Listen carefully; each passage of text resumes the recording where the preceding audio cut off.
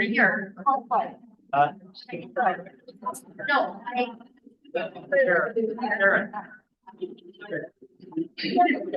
that's Marty. Oh, yeah. Scott, this is Marty. Okay.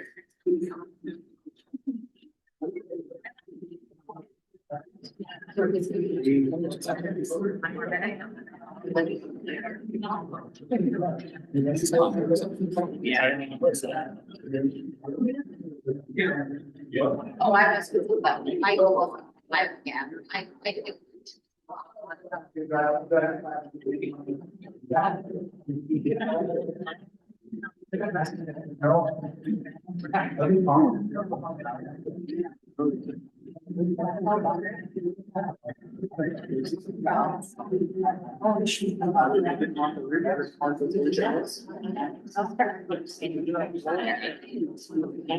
At this time, we will call Deer Lodge School District number 1 to order. We'll start with the Pledge of Allegiance.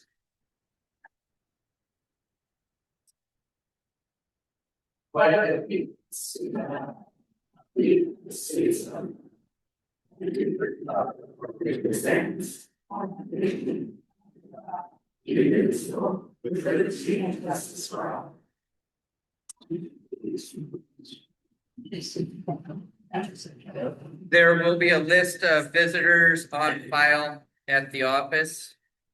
We will move on to public comment. Public comment is limited to any items that are not listed on the agenda.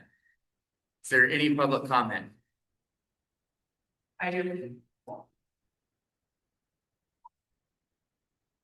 Can I talk about the closure grant?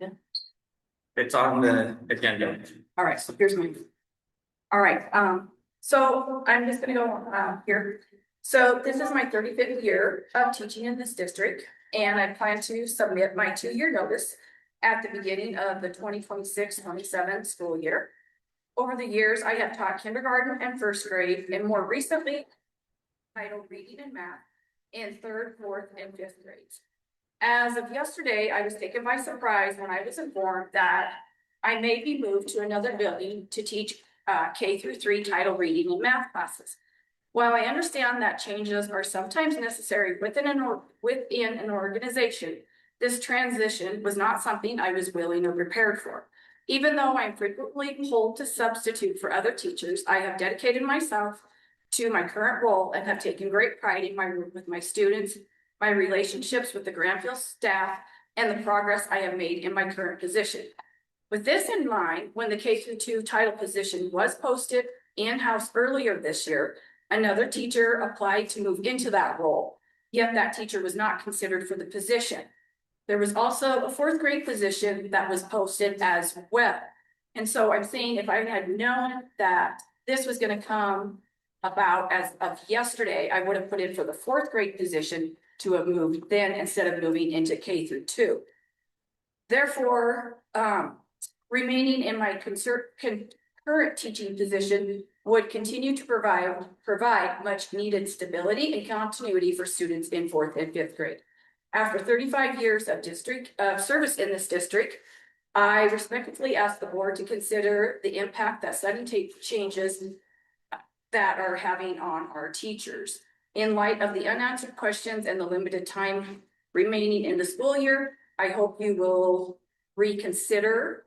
And I also hope that you allow me to remain in my current position so I can continue providing stability and support to the students I serve. Thank you.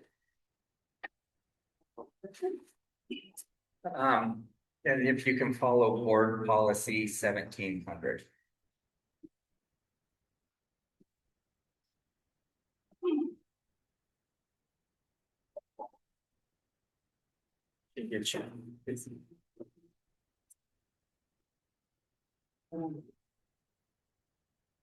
Is there any other public comment? Okay, correspondence. The board has received and does have a stack of correspondence that they have received from the community. They're all here and accounted for, I believe, at this point. Okay, I need a motion for the approval of the April 14th minutes. Second. Been moved and seconded to approve the April 14th minutes. Is there any discussion? Discussion, seeing none, we'll proceed to vote. All those in favor say aye. Aye. All those opposed, same sign, motion carries. Next is the approval of the April 23rd meeting minutes.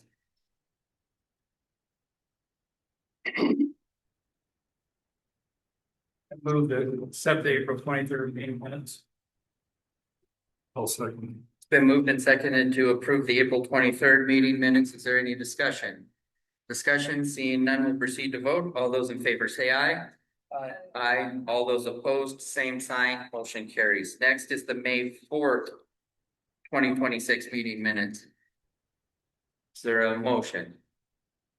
I move to accept the May 4th, 2026 meeting minutes. I'll second. It's been moved and seconded to approve the May 4th, 2026 meeting minutes. Is there any additions or corrections? Seeing none, we'll proceed to vote. All those in favor say aye. Aye. Aye. All those opposed, same sign, motion carries. Next is the athletic director's report. Good evening, just gonna talk about a few things that came up at our, divisional meeting and, that's gonna happen this summer, but, the real big one is Anaconda's gonna leave us. Anaconda after next year will go up to A for 2 years. And that has a profound, impact on Deer Lodge because they do a lot of tournaments. They host a lot of our district divisional tournaments. So that's gonna require us to do a little bit more travel as we move forward. And we really don't know what's gonna happen to Western B because they're leaving, and that's gonna only leave 5 schools in the southern part of the 6B division. So it's just gonna be really interesting in the next couple of years what's gonna happen. So that has a huge impact on Deer Lodge and things like that. So, they host they have the big softball complex. They can host a divisional, so we don't have to travel as far. They always usually host a volleyball or a basketball tournament, district tournament. So again, it helps with travel. Jefferson also moved up. They'll move up again. They'll move up as well after next year. So that's gonna have like I said, a big impact. And then we did away with master scheduling. So now we'll have to schedule our own games instead of a group of coaches from the West picking our schedule.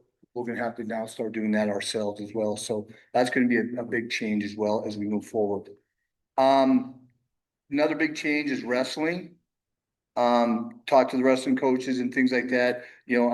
I shared with this with them is that we're gonna separate AA at the state tournament. There'll be a AA category, and then there'll be a A, B, and C category of wrestlers. So our little Class B school is gonna be competing against Flathead, Helena Capital, Billings, Butte, things like that. But we will be with the A's, the B's, and the C's. So that'll help our girls wrestle and that'll be a lot better for our girls. Okay. They did away with fundamentals of coaching.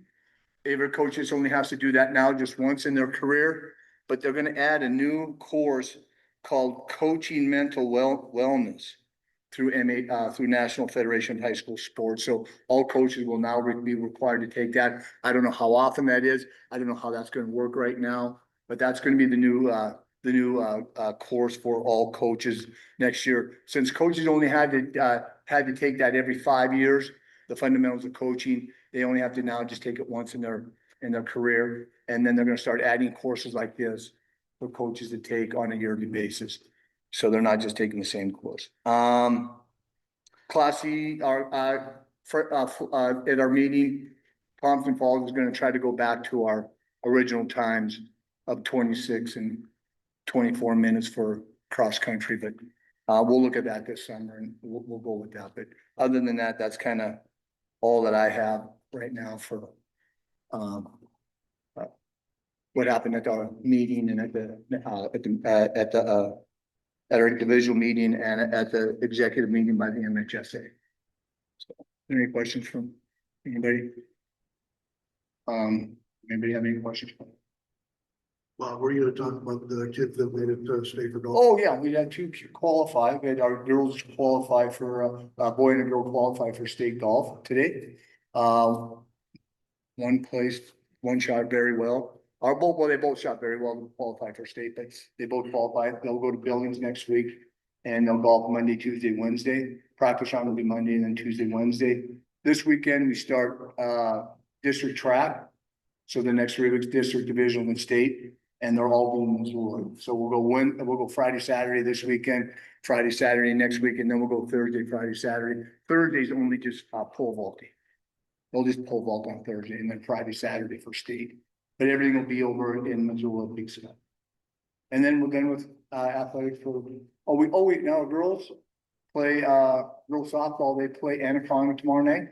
They beat Anaconda. If we beat Anaconda again, we get to host a playing game on Monday. And if we win that against Anaconda, we'll play them anyway. Either way, we'll play either in Anaconda or here. But if we host them, and we beat them, then we do qualify for division. And divisionals is in Frenchtown. And if they go on, that would be in Glasgow. So that's kind of the end of our sports season. Started all over again, so. Any questions? Thank you, Bob. You bet. Is Thanks. that your last report, Bob? I will come back right after I come back from Big Sky and give you one more. Okay, I think I'll, see you in June. yeah, I'll see you in June. Yeah. Okay. Okay, next item is new business, appointing an interim superintendent for 26-27. Is there a motion? I make a motion to appoint an interim superintendent for the term commencing on July 1st, 2026. To be completed on June 30th, 2027, unless a more suitable applicant has been hired during the 2026-2027 term year on approval of contract. Second. It's been moved and seconded to hire an interim superintendent for the 2026-2027 school year. Is there any discussion? And that is board only discussion. Once the board is done discussing, we will open for public comment. And then the board will discuss again. Jen, do you speak to your motion? I do. I have a question on the particular contract. That's under the. Well, that was what it was. Is on the approval of the contract, it has to be that we agree on. There is a small language portion that I think I'd like to suggest for add. And that is, it's if we do happen to have a qualified permanent superintendent that comes within our window. It's difficult this year simply because of when our superintendent retired. That window narrowed, limiting us to our options. If we happen to have someone come in December, when that pool reopens back up, they're new, they're qualified, they're everything we're looking for, and they're available in January, I would like to consider hiring them in January versus having to continue the whole year, since this is only an interim, which is like a substitute.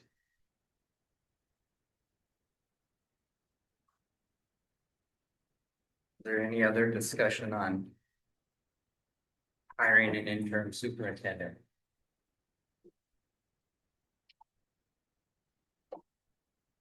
This is where we discuss how the process went or nothing. Well, there's. Yeah. This should be the time to meet them. So we did have a meeting the other day. It was publicized. Everything was under new business.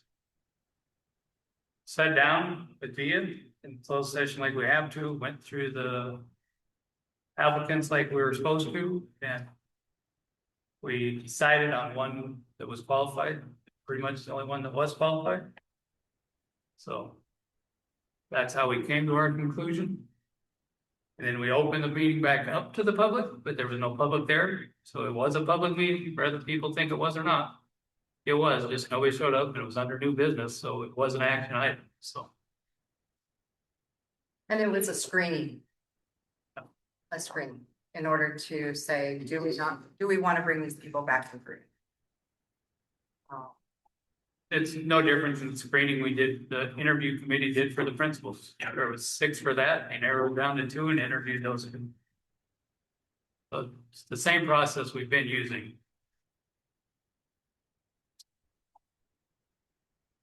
Is there any other board discussion? Okay. I will now open it up to public comment. Public comment.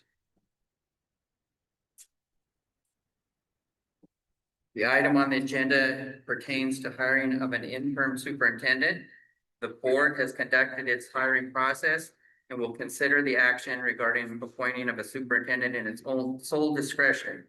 Because this matter involves the privacy rights of applicants and personnel consideration, the board will not entertain public comment or board discussion regarding the qualifications, character, or performance of any individual applicant or candidate.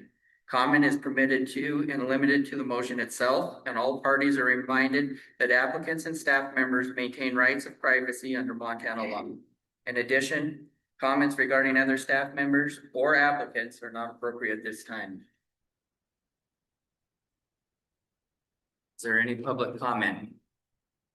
I guess one thing, so Rex just said that it was done the same way as the principal was done. It was not. The staff at the high school and the grade school did not get to meet any. I'm gonna stop you. We're talking about an interim superintendent, not principal. That's what I'm talking about. It wasn't done the same way. Rex said it was done the same way as the principal position, and it was not.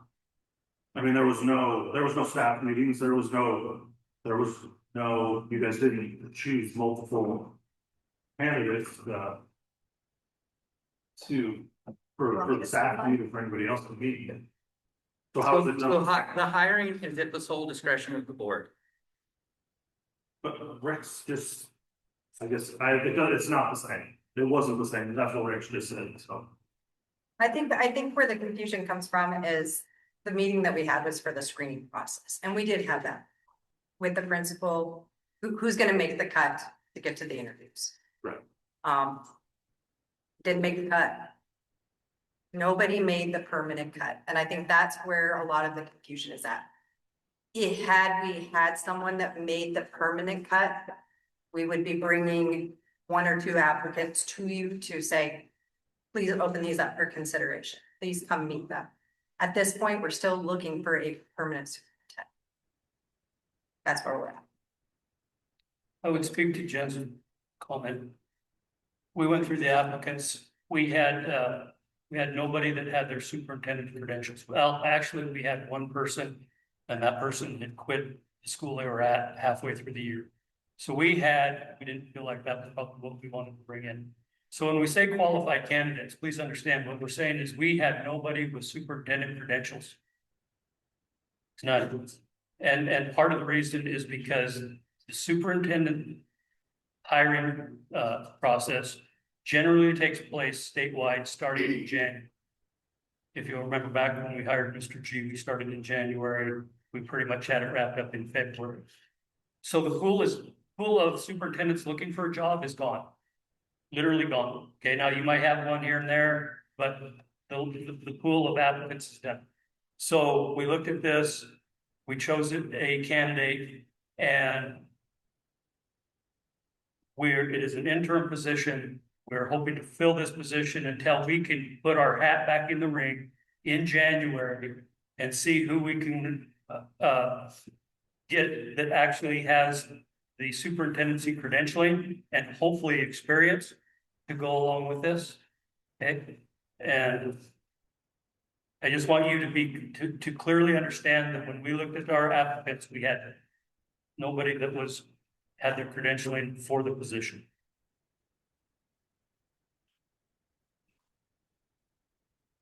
Can I ask, I'm just going to ask comment, I was hoping discussion between you guys would help to clarify. It's my understanding under Montana Public Meeting laws, especially school boards, that no action can be taken in a closed session. Unless, of course, it's dealing with a confidential matter, and you guys, that's right, I understood. and then no action will be taken on something not on an agenda. I reviewed the agenda, and the agenda stated to canvass and screen interview applicants and choose for a interview. So it is your guys' right to your sole discretion to hire and to see that, that's for you to see, not us. But why wasn't that then maybe just put off and put on agenda later? You, to me, the board made an action on an item that was not on the agenda. Can you guys just clarify that? It is on the agenda right now. We're doing it right now. Okay, but I think that's where the confusion comes to a lot, is the agenda for the fourth meeting was only to screen and choose for interviews. So why did you take it another step? Was that within the laws and regulations of Montana open board meetings, because it wasn't on the agenda? Had it said on the agenda, we're going to hire, possible hire, maybe hire, something like that, I guarantee you, you'd have people at your meeting where you guys said there was no there to be forward. So can you just clarify that? We're not gonna enter into dialogue. That's my concern, that that was not, The meeting was posted, it was under new business. it was, And we, yes. and we determined that there was no applicants that met the requirements for a full-time permanent position. Understand, I So, just know, so that we came back to this meeting and were able to, I just know I got an email that it made it sound like you guys made a motion or however you did, because again, there's no minutes.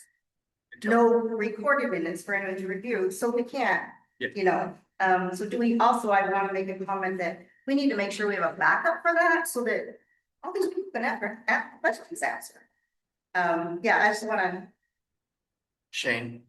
You know, one, I mean, choosing a superintendent is entirely in your purview. Absolutely, whether you do interns or whatever, but something that was said kind of concerns me just a little bit. If we move a person into an interim position, and then all of a sudden in January, we decide, hey, this guy can take this place, or this lady can take this place right now, let's bring them in. I don't know that a mid-year change in that. is And maybe really not, best. it might not be the best, but to have the option open if necessary. Or if wanted. We have a lot of people that move to our community too, that might be looking and ready to go. Maybe not. I question guess is, that's is my gonna only be locked worry in is, you know, if we put somebody in there. It's almost not even fair to that person that's coming in and really working hard. And then we're gonna say, oh, yeah, we're gonna move. I don't know. I would like to, I mean, you're gonna have to do interviews in January. Because that's when I have That's to valid. then sort of start the process. Which is good, but I hate to see us switch horses in midstream, so to speak, I guess. If that's, you choose to do an interim, fantastic, you're entirely your choice, but I would. Just my own opinion, I guess, I'd prefer to see, yeah, we're gonna try and hire somebody full-time next year, and you know, your interim might do a fantastic job, and you might say, get that superintendent's certification, we wanna keep you around. But that's just something to consider, I guess. April. I guess I'm confused. So you guys are saying that it was on the agenda and now we're voting to make that a final decision. But if it was on the agenda and you already moved forward with the applicant, now you're voting to make that an actual thing. How is that? That doesn't make sense. If it was on the agenda and then you get a vote and then chose the applicant, right? Am I right?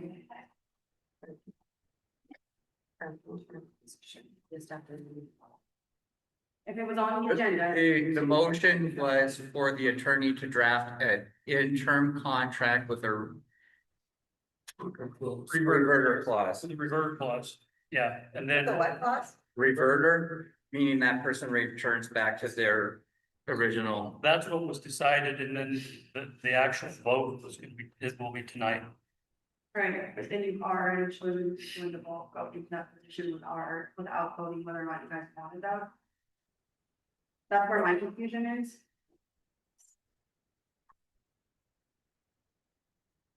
Yes, because that was the applicant that we had, and so we needed that reverter, that contract drawn up with a reverter clause. Right. So we voted that night to continue on with the interim contract. The night, So you voted that night and took an action, on something that was not on, That was for fine. an interim contract, yes. that wasn't on the agenda. We got it on the agenda tonight and we're having public comment, so. So if your candidate pool is open in January, and you had a candidate with qualifications that quit a role in January, say he was looking for, or she, I don't know, was looking for a better suited position, different location or whatnot, why would you not consider that person if a candidate pool opens in January when he left his prior position in January if he was qualified?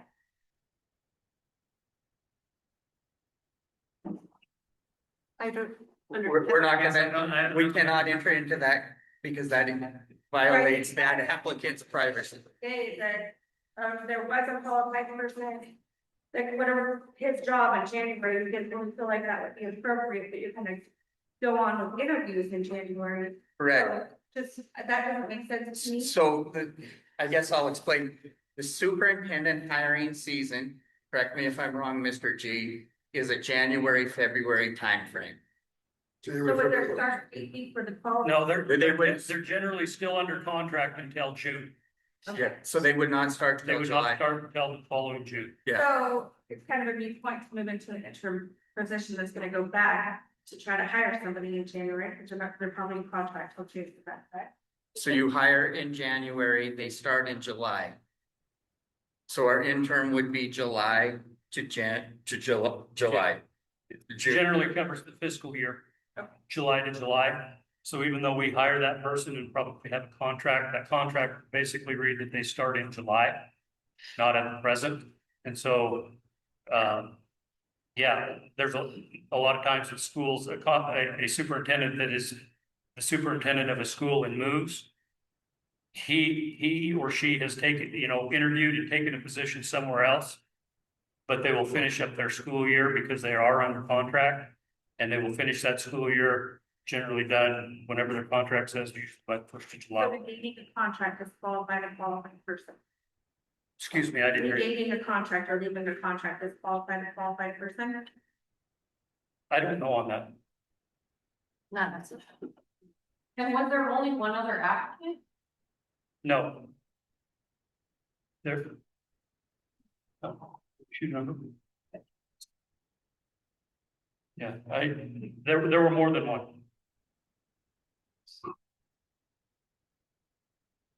Is it required for us to have superintendent? A district, This was the best decision for the staff. this is, a district of this size has to have a superintendent.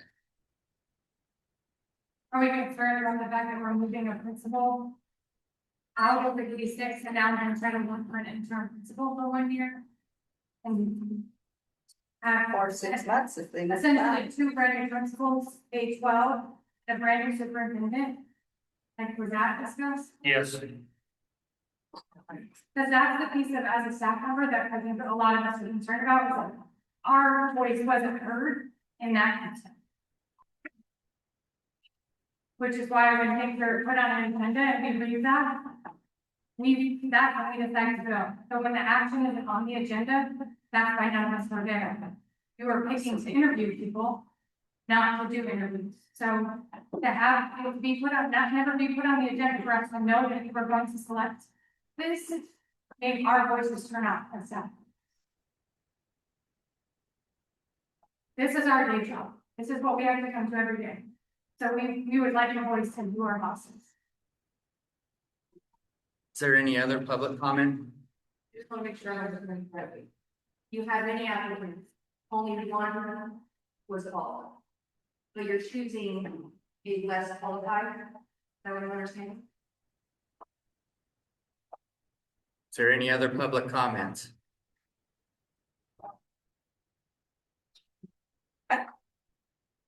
You've had your opportunity. I would like to speak. I'm one of the unqualified applicants, just so, and I want to be able to make sure that I'm clear, that I'm not, that I represent my position well, that I represent the community well, that I represent the school district well. Rex started his statement and said that there was only one candidate that was qualified to bring forward. I know what my qualifications are as one of the candidates, and I know what two other candidates are and what their qualifications are, and they're very similar. I was told by the attorney, I can speak for myself because I'm the applicant. So I was told by the attorney why I was denied an opportunity to interview or be considered was because I had already entered into an early buyout agreement with the board. I submitted my 2-year notice. I did sign a document that said it was an early retirement incentive. I guess my question is, not a question because I can't have a question. My concern is that previously, there have been teachers in the district that have submitted 2-year early retirement notices and have been able to rescind them without question or obligation. But when it came to a decision that was made, it was clear that I was off the table because I was had already signed an agreement.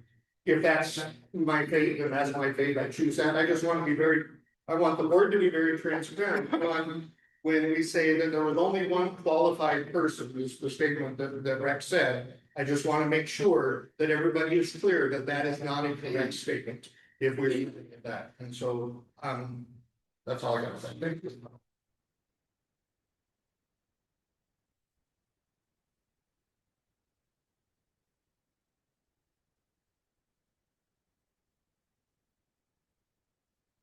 Along those same lines, nobody is saying who you should or shouldn't hire, but we're all under the impression from our email that there were going to be applicants screened and then the interviews. And as long as I've been here, we've always kind of had a part in meeting with candidates and asking questions, and that just felt like it was the best candidate win, or be hired, but we've always appreciated being a part of the process as the educators. And that process will be here in January. But we're speaking to the agenda was to screen the applicants, and then we had an email sent to us that said interview May 7th. So I think I'm not gonna speak for everybody, but that's kind of what we feel as a staff. I can speak for the majority of Granville. I can't speak to the others, but we were interested in the interview process on May 7th. Is there any other comments? Is the safety of our students considered when looking to hire anyone in any administrative position?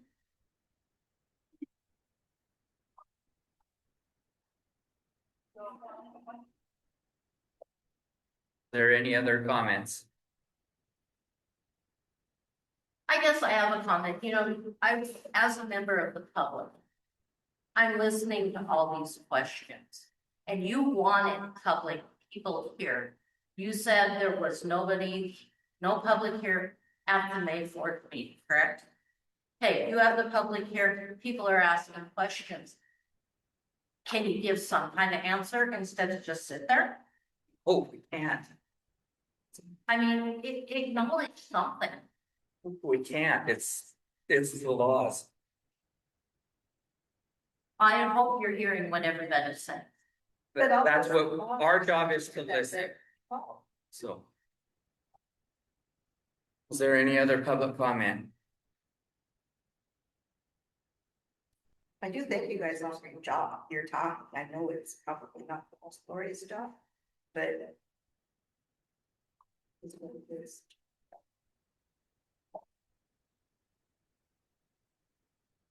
Any other public comment? Seeing none, is board discussion. Do have one question. Well, we do have where we.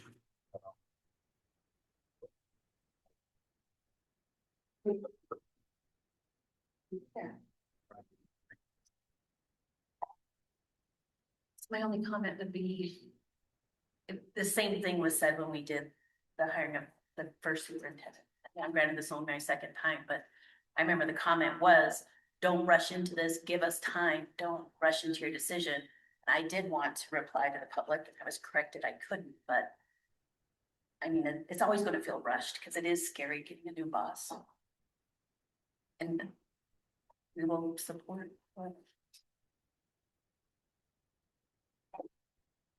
Anybody else have any?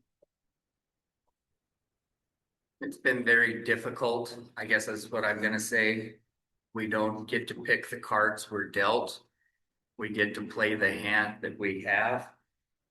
And in the best interest of the district, we have got to have somebody that knows what's going on within the walls, because it's a short period of time. But we've got to come back with we have to have a candidate that understands budgeting and understands some of the other things. And we have nobody that has those experiences. And I think that's where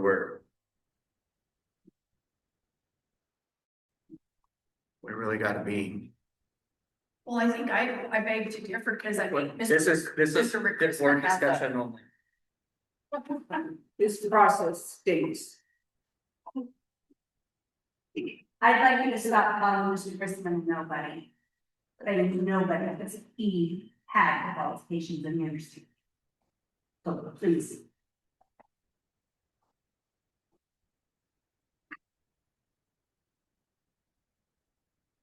Is there any other board discussion?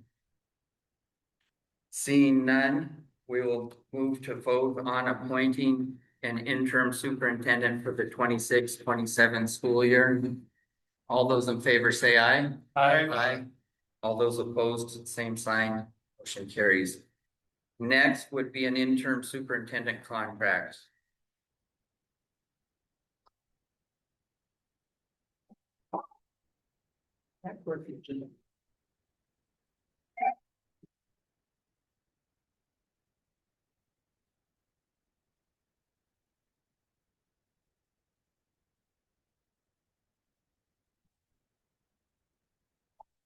Yes.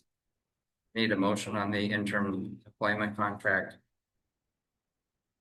I'll move to accept the interim employment contract. Second. Is there any discussion? There are children involved, and I hope you all Alright, can look at yourself Stop. here at night Stop. and we Stop. just wonderful children. You have one question. Well, you have the reverter clause in here. Yep. Will that also the salary drop down to principal salary instead of the superintendent salary? If she reverts back to principal. Yes. Yes. Yes. That is the reverter clause. Can you repeat that? So I wanted to make just for clarity that if Ms. Burton goes back to the principal, that her salary would go back to the principal salary instead of staying at the superintendent level.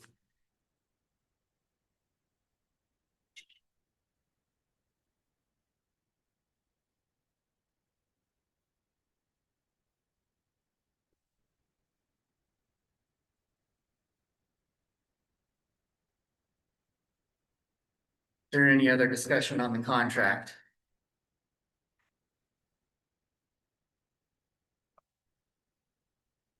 Any public comment?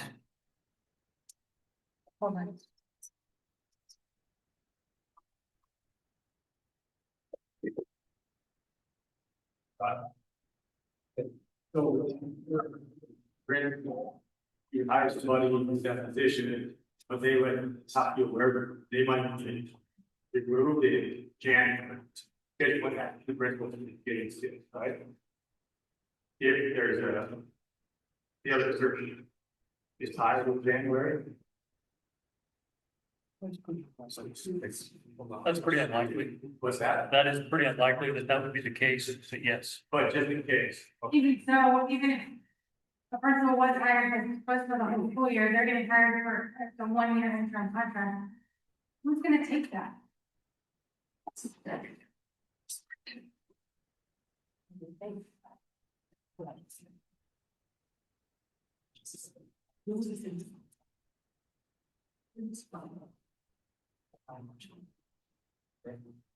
Is there still public comment? Yes. Has the board ever talked to somebody about an interim position? That's further on down the agenda. Oh. Okay, thanks. It's coming. It's coming. Oh. This is clear, this contract does not say anything about January. This is Correct, a- and that's So the we have question July, that I I think have. that July is July. That is the July question I is- have. July My 1st motion would is be- correct. Does it need to be during the motion? No, Will made a motion to approve this contract. And I think there's some validity on that. So for, the contract is for a full year, Yep. so. And that's fine, if that's what you guys, if that's what you vote on, that's what you vote. Is there any other public comment? Is there any other board discussion? Brian, Right. Sorry, Jan, I couldn't, could you? No, From. my question is, so the contract, Is it July to July? in July to June 30th. Superintendent? July 1 to June 30th. Okay. Any other public comment? Seeing none. We'll proceed to vote. All those in favor say aye. Aye. All those opposed, same sign. Aye. Oh. Okay, it is 8-1. Motion carries. Okay, next is renewal of classified staff. You have the list before you. Would you like to do that in small groups, or would you like to? I can, We would all through the small groups. yeah, if we can do it by area, that would be the, You want me to rattle off the names then? yep, we want to start with the business office. It'll be the first time in my career that I've ever recommended from clerk to be retired, but I'll have to do so. Business officer Terry Johnson, Leanne Long, with business manager and assistant business manager. Is there a motion? So moved. Is there a second? I'll second. It's been moved and seconded to rehire Tara Johnson and Lee Ann Palmlund. Is there any discussion? Discussion, public comment? Seeing none, we'll proceed to vote. All those in favor say aye. Aye. All those opposed, same sign. Motion carries. Bus drivers, Ron Kane, Dale Duncan, Skip Skip Bailey, Kitchen. Dennis Abbott. You skip Carol, occasion. He's going down. He's going Going down. Good. We'll get them all. It's fine. Caleb Burton. Is there I'll make a motion. been moved? Is there a second? Second. It's been moved and seconded to hire bus drivers Ron King, Dale Duncan, Ed Bailey, Dennis Abbott, Daryl Whitten, and Caleb Burton. Is there any discussion? Discussion, public comment? Seeing none, we'll proceed to vote. All those in favor say aye. Aye. All those opposed? Motion carries. The maintenance and transportation supervisors, Chris Franklin, maintenance supervisor, and Mike Doyle, transportation supervisor. Second. It's been moved and seconded to hire Chris Franca, maintenance supervisor, Mike Gold, transportation supervisor. Is there any discussion? Discussion, public comment? Seeing none, we'll proceed to vote. All those in favor say aye. Aye. All those opposed, same sign. Motion carries. Kitchen, Kitchen, Shelley Bogus, supervisor, Jody Pelacker, and Andy Cook. So move. I'll second that. it's been moved and seconded to hire Shelley Bogus, kitchen supervisor, Jody Fellacker, and Andy Cook. Is there any discussion? Discussion, public comment? I do. I just want to say it actually applies to all non-classified staff. Non-classified staff do not have a pay scale. So we go year to year without a raise. I know, whatever. But teachers, maintenance, anyone in the unions, automatically have pay scale and get at least their lanes and tiers every year. We get nothing. I don't really care. I get one, I will say that, but my staff that works next to a union one, work one, so I would like that be considered to be put in place for non-classified. Is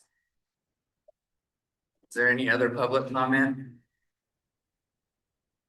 Discussion from the board? Seeing none, we'll proceed to vote. All those in favor say aye. Aye. All those opposed, same sign. Motion carries. Next is Lawn mowing, Tristan Clark. So move. I'll second. it's been moved and seconded to hire Tristan Clark as the lawnmower. Is there any discussion, public comment? You have any public comment, Tristan? Discussion from the board. All those in favor say aye. Aye. All those opposed, same sign. Motion carries. Custodians, Ryan, Kelly, Martin, Stephen, David, Patience, and Laura. So move. Second. It's been moved and seconded to hire custodians Ryan Olson, Kelly Scala, Martin Reed, Stephen Bowles, David Wells, Patient Force, and Laura Johns. Any discussion, public comment? Seeing none, we'll proceed to vote. All those in favor say aye. Aye. All opposed, same sign. Motion carries. Secretary Suzanne Smith, Leland Daniel, Michelle Anderson, and Jackie Hunter. Of course, Michelle will be roll call vote, be separated out. Somebody make the motion, would you? I move to rehire Suzanne Smith, Kayleen Daniel, and Jackie Hunter. Second. It's been moved and seconded to hire Suzanne Smith, Kayleen Daniel, and Jackie Hunter as the secretary. Is there any discussion? I would like to discuss it, I guess. Having a hard time wrapping my head around where all four of them are gonna go. I have a hard time negotiating with the teachers, saying we've got to make cuts, we need to cut money here, we need to cut money there. But we're gonna move a second, we can't hire a full-time sub, we can't hire a title. So we're gonna move a secretary, I'm guessing down here is what I'm hearing. And I think at least one of those secretaries could go fill one of those positions. Instead of making a whole new position for another secretary, just keep her. I mean, I want to see all 80 of them go, but I think we need to look at rearranging that. I'm having a hard time telling teachers I got to cut their wages, cut their insurance, and everything, and then we're going to make a whole new secretary position. Well, I'm gonna answer that, and I'm not seeing that as creating a whole new secretary position. We've cut a lot this year at the school, and these teachers know how much we've cut, and they feel that as well.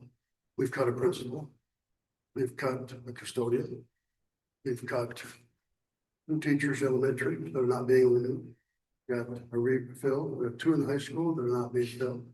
A lot of cuts have been made to try to make our budget stay in the black. But with all these changes and with the new superintendent, the principal,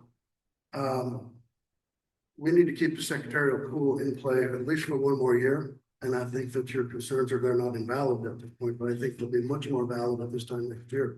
I think in order to keep those four secretaries in play, and keep the smooth transition of the school and the fluidity of the school continue as such. And so I strongly urge you to hire all four of these back. I just have a hard time and we can't hire a title teacher, we can't hire full-time subs, we can't hire this. So.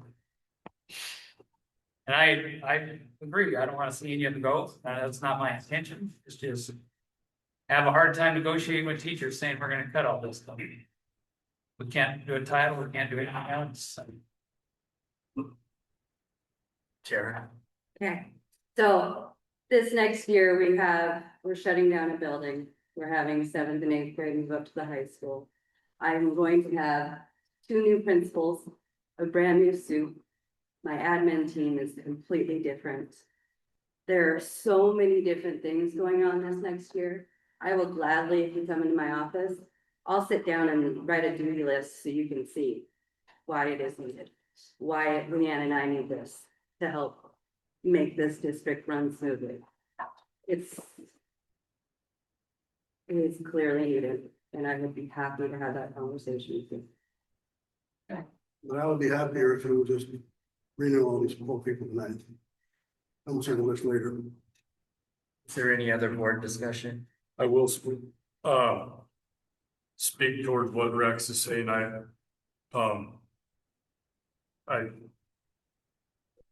it's really hard to back the position we're taking with the teachers and not look at the Exeter secretarial position as maybe not following in line what we're the position we had to take with the teachers. I mean, not to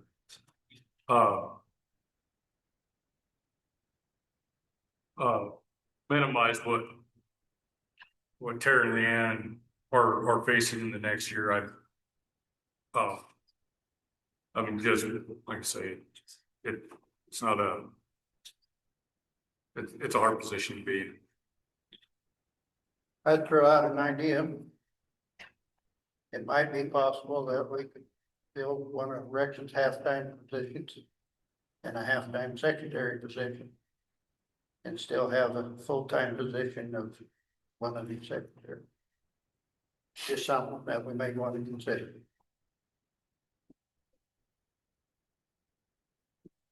Is there any other board discussion? Is that voluntold? Is that like voluntold? They start out as secretary and then we're like, this is what you're doing today. Additional duties as assigned. That. Is there any other board discussion? Okay, I'll open to public comment. I just want this noted, reading school board law. I'm pretty sure Rex shouldn't be the one bringing that up, unless he's gonna advocate for your life to her position. She wasn't She included wasn't in the list. She wasn't on that list. You're Luke also. No. No, we, He said all secretary spots. Yes, it's called nepotism. I just, I missed it because we're only talking about the three. Because the three up right now are Suzanne, Kayleen, and Jackie. We'll have to come back separately for Michelle, and he will have to abstain because of what you're stating. I'm just saying secretary. I don't like you should have voice on it. And also we cut a nurse this year, so your secretaries are busy. I don't know if I'm so. Yes, we're also the black. Is there any other public comment? Any other public comment? Board discussion? We'll proceed to vote on rehiring Suzanne Smith, Kayleen Daniel, and Jackie Hunter as secretaries. All those in favor say aye. Aye. Aye. All those opposed? Aye. Motion carries 8-1. Next would be a roll call vote on Michelle Anderson as a secretary. Second. Been moved and seconded to hire Michelle Anderson as a secretary. Is there any discussion? Discussion, public comment? Seeing none, we'll proceed to vote. Trustee Merrill, Aye. trustee Rabel, Aye. trustee Nicholson, Aye. trustee Gravely. Aye. I vote aye. Trustee Smith, Aye. trustee Applegate, trustee Clark, trustee Anderson. Abstain. Okay.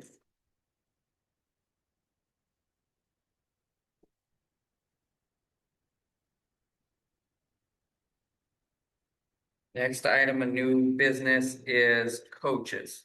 And you have that list, before you, the three items of interest, I think, Braden.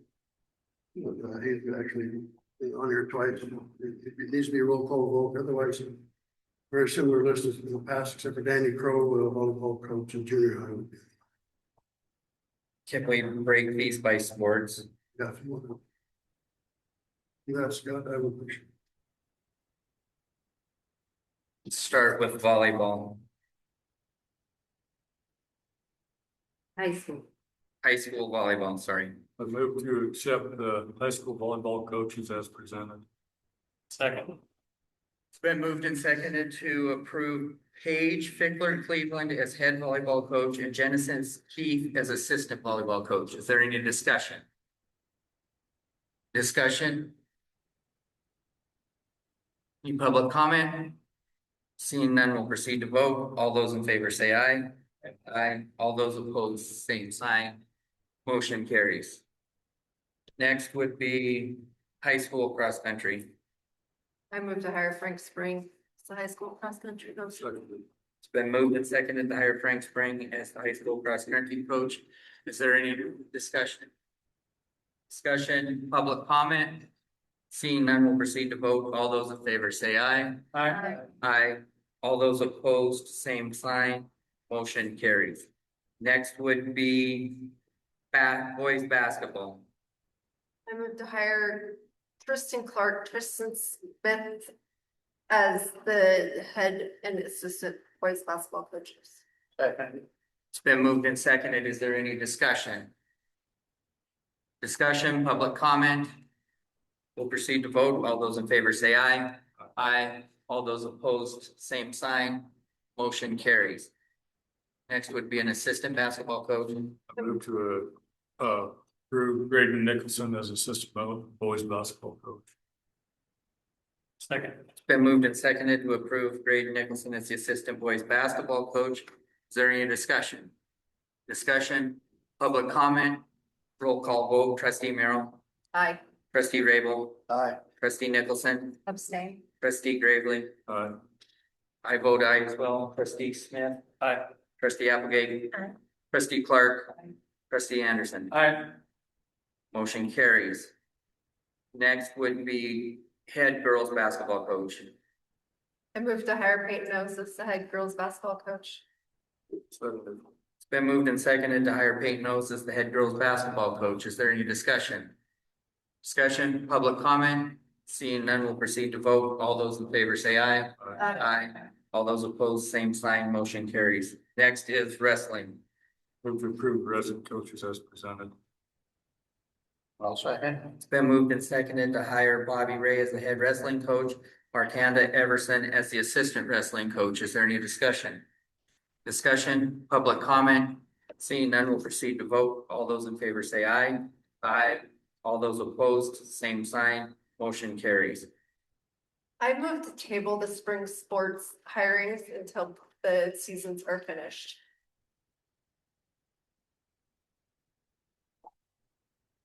I'll second that. It's been moved and seconded to table all spring sport hires until the seasons have concluded. All in favor say aye. Aye. Aye. All opposed? Motion carries. We'll move into the junior high coaches. Start. Yeah. Actually, we're leaving on this one. Yep. Yep. Can I make a comment before you move to the union mark? After we have a motion on the table that you can make comment. Okay.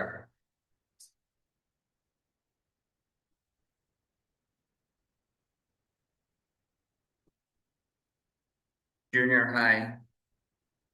Football.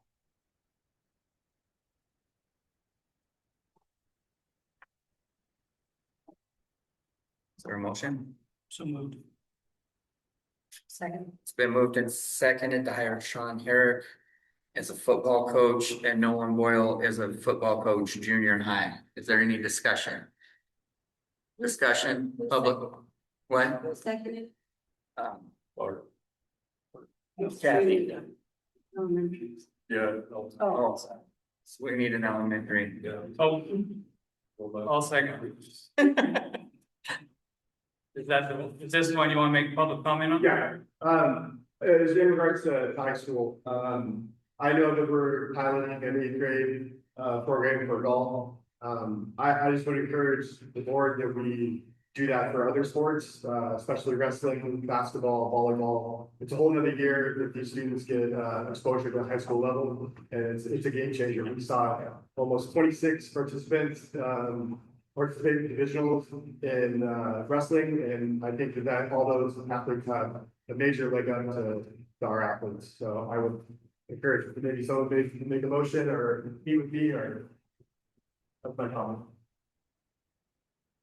So the motion on the table is to hire Sean Herrick and Nolan Boyle as junior high football coaches. Is there any discussion? Any additional? Did anybody call Sean, make sure he's wants to do it next year? Thank you, Ed. So nobody has called Sean to make. Yes. Okay, Is there any other discussion? All in favor, this is a elementary trustee. Aye. All opposed? Motion carries. Next would be junior high volleyball.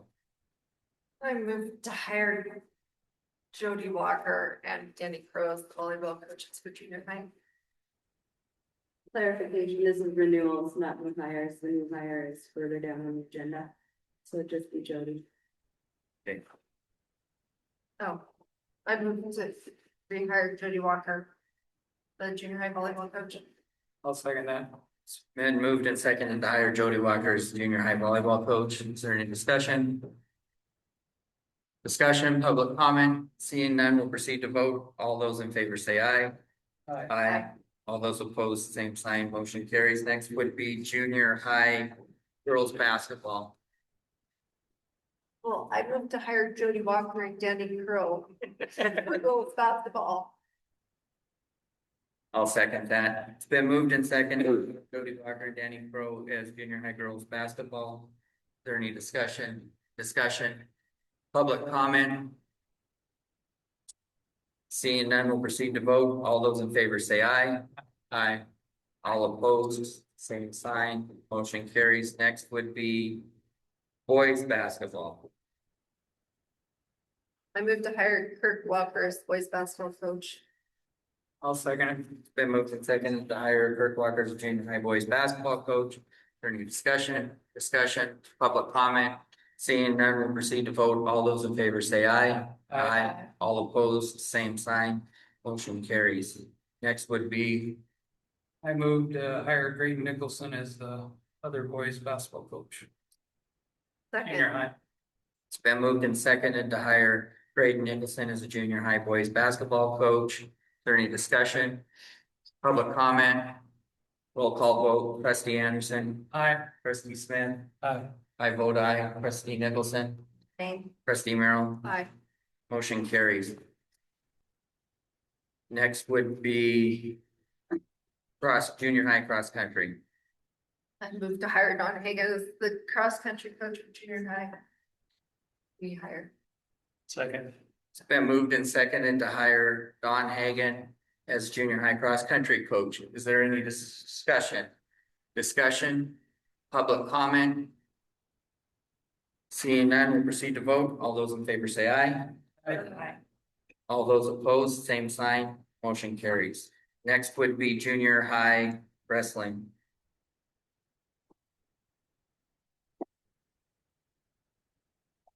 I moved to hire Oli and Brianna.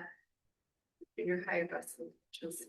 I'll second that. It's been moved and seconded to hire Foley Felton and Brianna Bernhardt as junior high wrestling coaches. Is there any discussion, public comment? Seeing none, we'll proceed to vote. All those in favor say aye. Aye. All those opposed, same sign. Motion carries. I moved to table the spring sports until the next meeting or the conclusion of their season. Second. It's been moved and seconded to table the spring coaches until the conclusion of the season. Is there any, all those in favor say aye. Aye. Aye. All those opposed, same sign, motion carries. Got through a whole chunk of this. In their next one, we got our hire. Yep, Okay, I moved to hire Danny Crowe as the volleyball coach. I second that. it's been moved and seconded to hire Danny Crowe as a junior high volleyball coach. Is there any discussion? Public comment? Seeing none, we'll proceed to vote. All those in favor say aye. Aye. All those opposed, same sign, motion carried. Next is new hire for elementary teacher. Last July, when I showed up here, there had been an ongoing advertisement for a kindergarten teacher, of which we had no applicants, save for those for the Philippines. And so we have consolidated classes, made things work. But this year, we were fortunate enough, time of interview to have 2 applicants, where there are 2 kindergarten positions in addition to many applicants from the Philippines. But the administrative team and Bart Smith, we interviewed our two applicants, Veronica Williamson and Rachel Delaney. It's my recommendation to move their. We take them one at a time. Is there a motion to, I moved to hire Veronica Williams as a kindergarten teacher.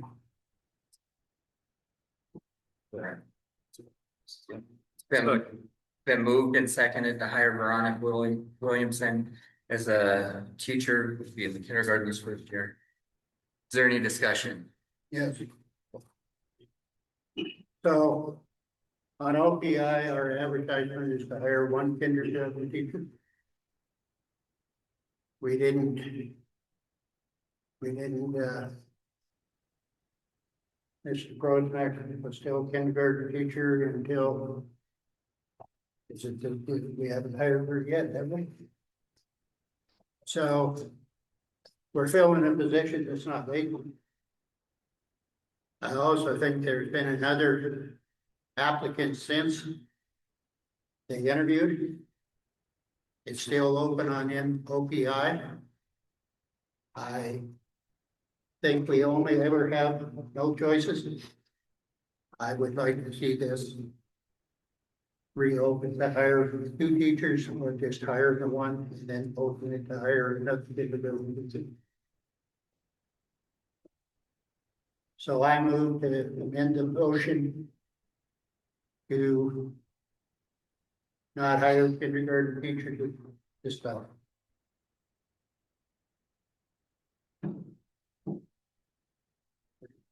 Can't have a negative.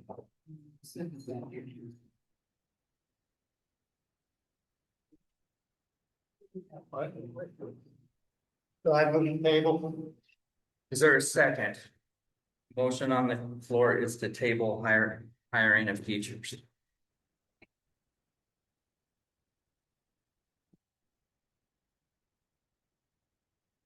Can you restate your reasons a little more succinctly, Bob, please? Well, on OPI's website, it's open to hire one kindergarten teacher. We haven't filled the contract for our principal. We haven't given her a contract yet. So at this time, she still has that job. So we're hiring to replace two people. When our OPI only says it's open for one person. And at this time, it's still open. OPI's website, I looked this afternoon at 3:30. It does say open until position filled. We haven't filled the position, and I believe we had another applicant that was 5-6 days ago, which was after the interviews.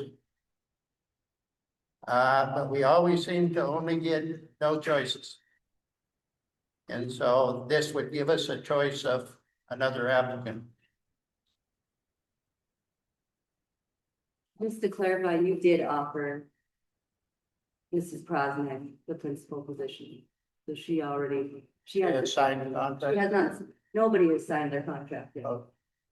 She was offered the position. But she was offered the position. So there were two open elementary kindergarten teacher positions. I don't need to list two separate of the same openings on OPI. Just have one. And then we take all of the applications. And then the interview committee does their interviews. And then they select. And then it's recommended by the superintendent to the board who to hire. That's the process. It doesn't get taken off of OPI's website until you guys have actually voted to hire. That's why it's still on there today. But there were two openings. So we hired tonight, it'll come off tomorrow, probably. Yes. Okay, so the motion on the is to table, is there a second? Motion dies to lack of second. So the main motion on the table is to hire Veronica Williamson as a teacher in the kindergarten. Is there any discussion? Public comment? Seeing none, we'll proceed to vote. All those in favor say aye. Aye. All those opposed, same sign, motion carries. And we, That's a recommendation for the second, and Rachel Boone. okay, we have a recommendation to hire Rachel Delaney as a kindergarten teacher. Move to hire Rachel Delaney for kindergarten. I'll second. It's been moved and seconded to hire Rachel Delaney as a kindergarten teacher. Is there any discussion? I guess I need a point of clarification, being she's my ex niece by abstaining. No, Yeah, I just don't wanna step on the wrong toes. If No. I need to abstain, I will. Is there any other discussion? Public comment? And we'll make that. Yeah, because it's in the main teaching contract. That person could at some point get a endorsement and teach at the high school. They're actually just hiring another teacher. Yeah, they're starting. It's a good position. Yeah. Is there any other discussion, public comment? Seeing none, proceed to vote. All those in favor say aye. Aye. All those opposed, same sign. Motion carries.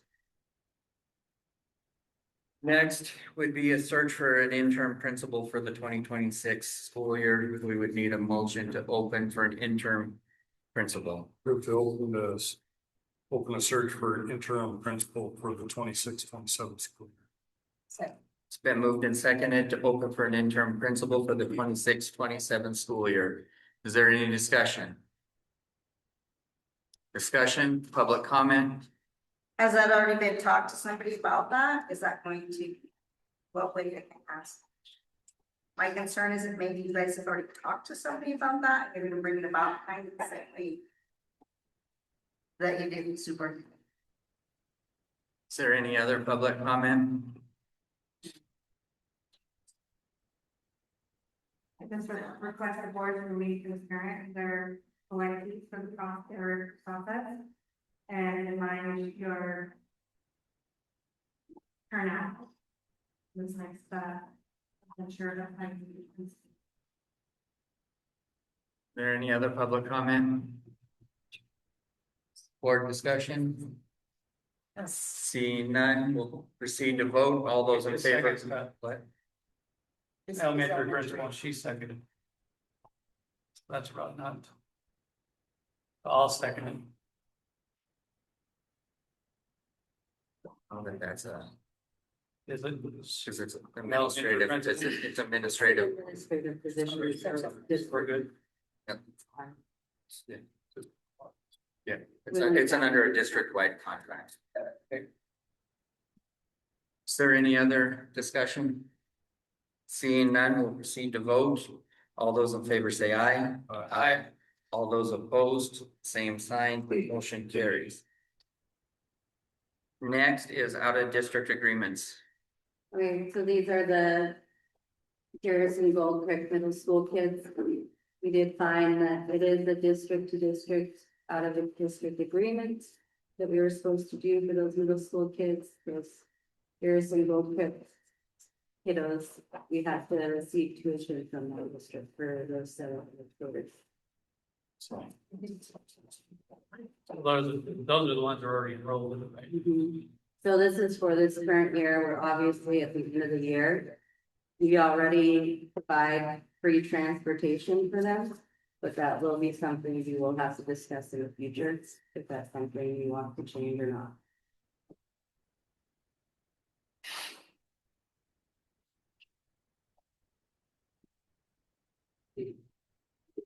They come here because Garrison doesn't offer middle school now. Correct. So it's a district to district placement, but they still have to pay to it.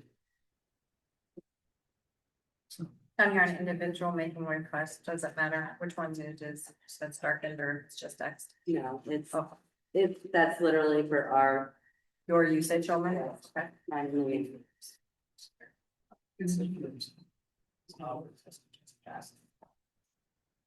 So they.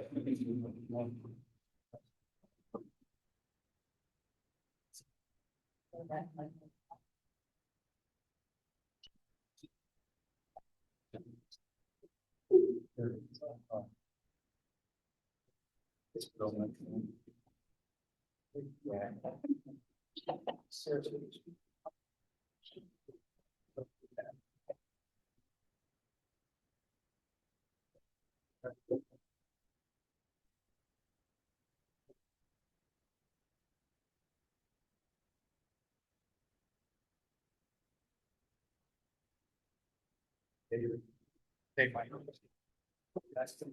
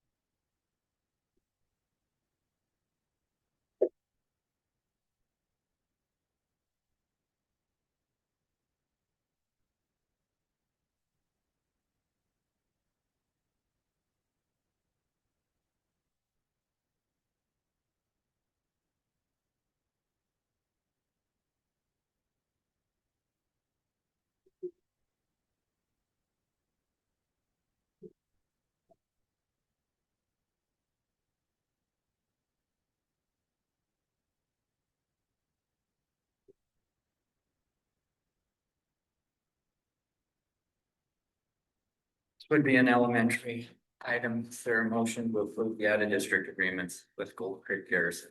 So moved. I will second that.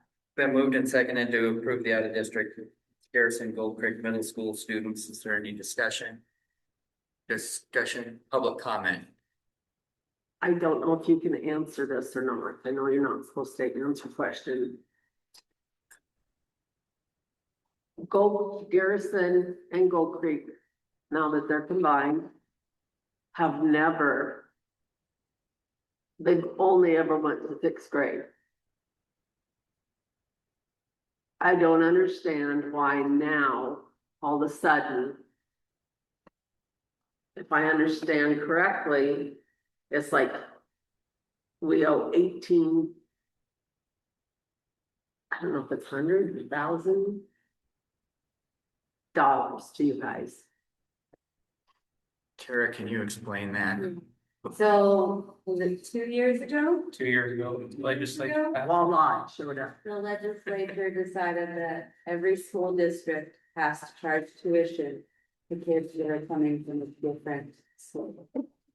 Now in law, we have to. It used to be a free for all, your kid could go anywhere and that money would not transfer. Now it has to. Well, oh, I understand that, kids going into different districts, but these schools have never offered seventh and eighth grade, ever, But the way I according- understand it. According to the state, it is that district's choice to not offer seventh and eighth grade.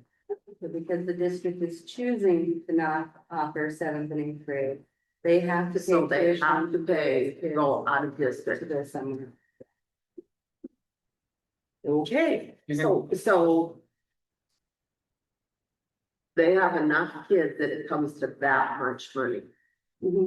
Yeah, it's roughly, it changes depending on which district they're a resident of, how much the tuition is.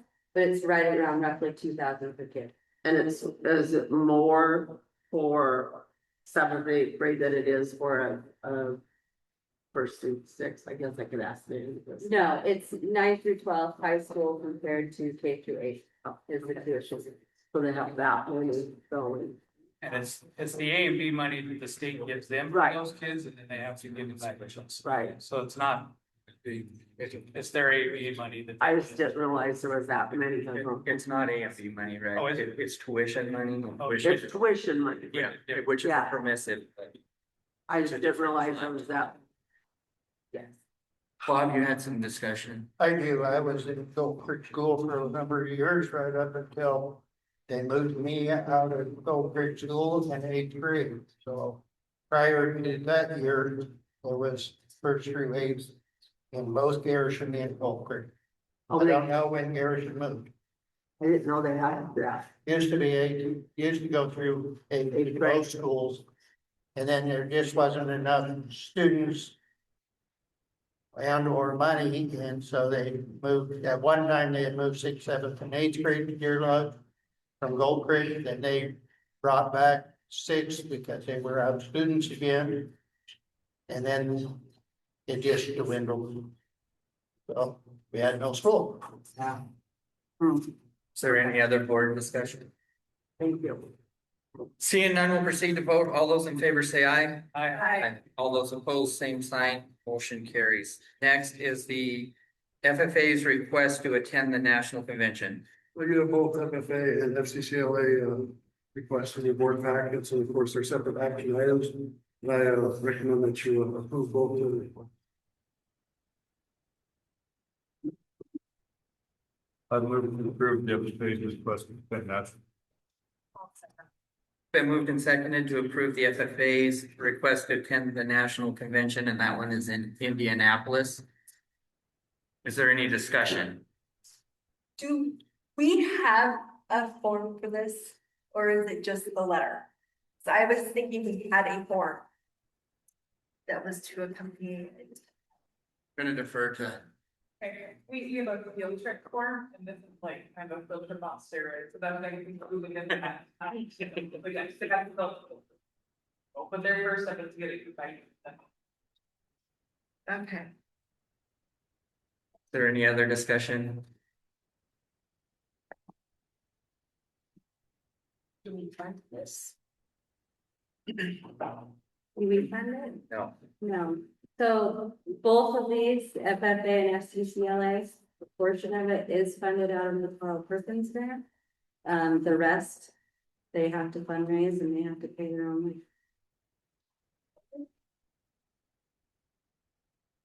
Is there any other discussion? Public comment? Seeing none, we'll proceed to vote. All those in favor say aye. Aye. All those opposed, same sign. Motion carries. Next is the FCCLA's request to attend a I national. will move that we accept the FCCLA's request to attend national convention. I'll second. Been moved and seconded to approve the FCCLA request, and they're going to Washington DC. Is there any discussion? Discussion? Public comment? Seeing none, we'll proceed to vote. All those in favor say aye. Aye. All those opposed, same sign. Motion carries. Next is requesting the county election administrator to run the 26-27 election.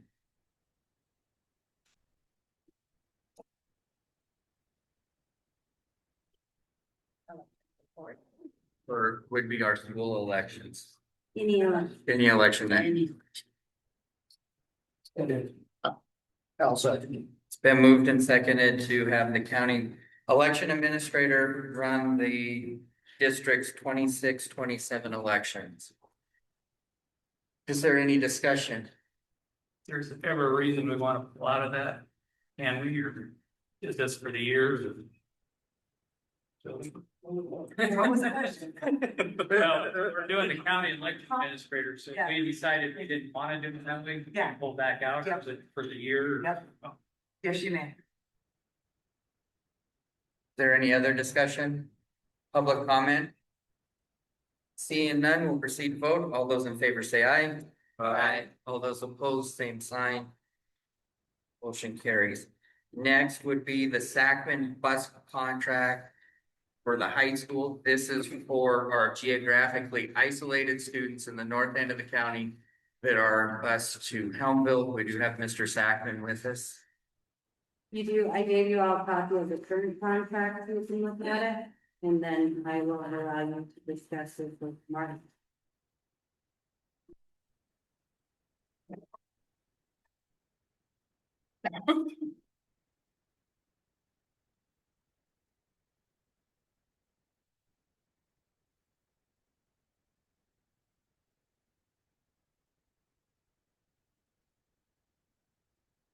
Three-year contract, correct? What's that? Three-year contract? Yes. See any changes needed? One minor change would be 3% each year. That would work, just the cost of everything right now is really kind of above what, for maintenance and all of that. I would like to hope that would work for everybody. Is this about this year then? From last Each year? yes, this last, every contract has had an increase. This has the X exposure. 3% of my bills, even when I still have house before. Not trying to break any meetings, but you know, that maybe makes sense.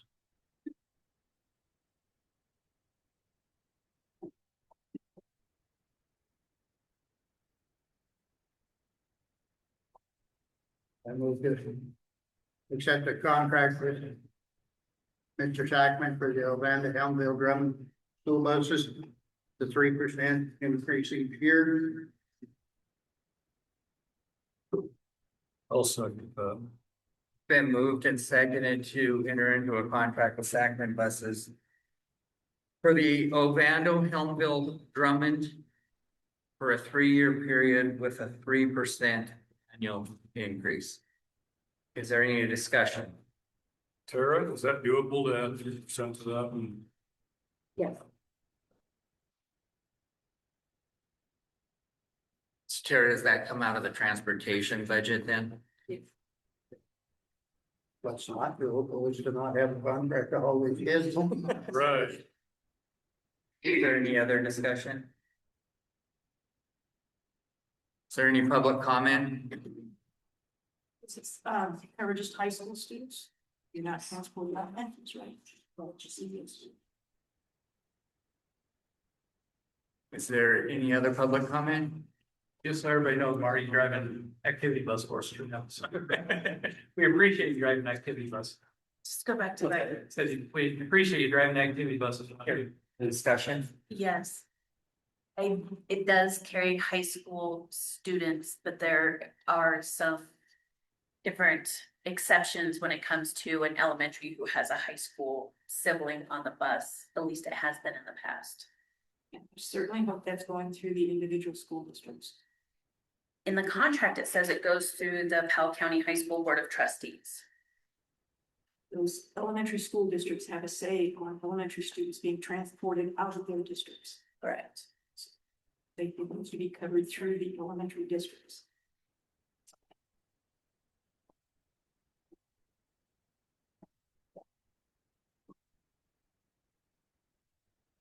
The elementary districts have to enter into the out of district agreement with Drummond, don't they?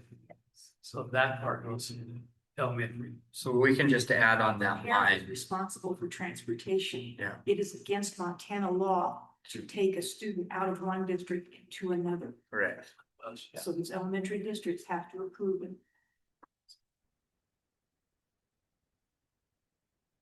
And I would Yeah, say like we portion need of to the add that. street. We need to add that language.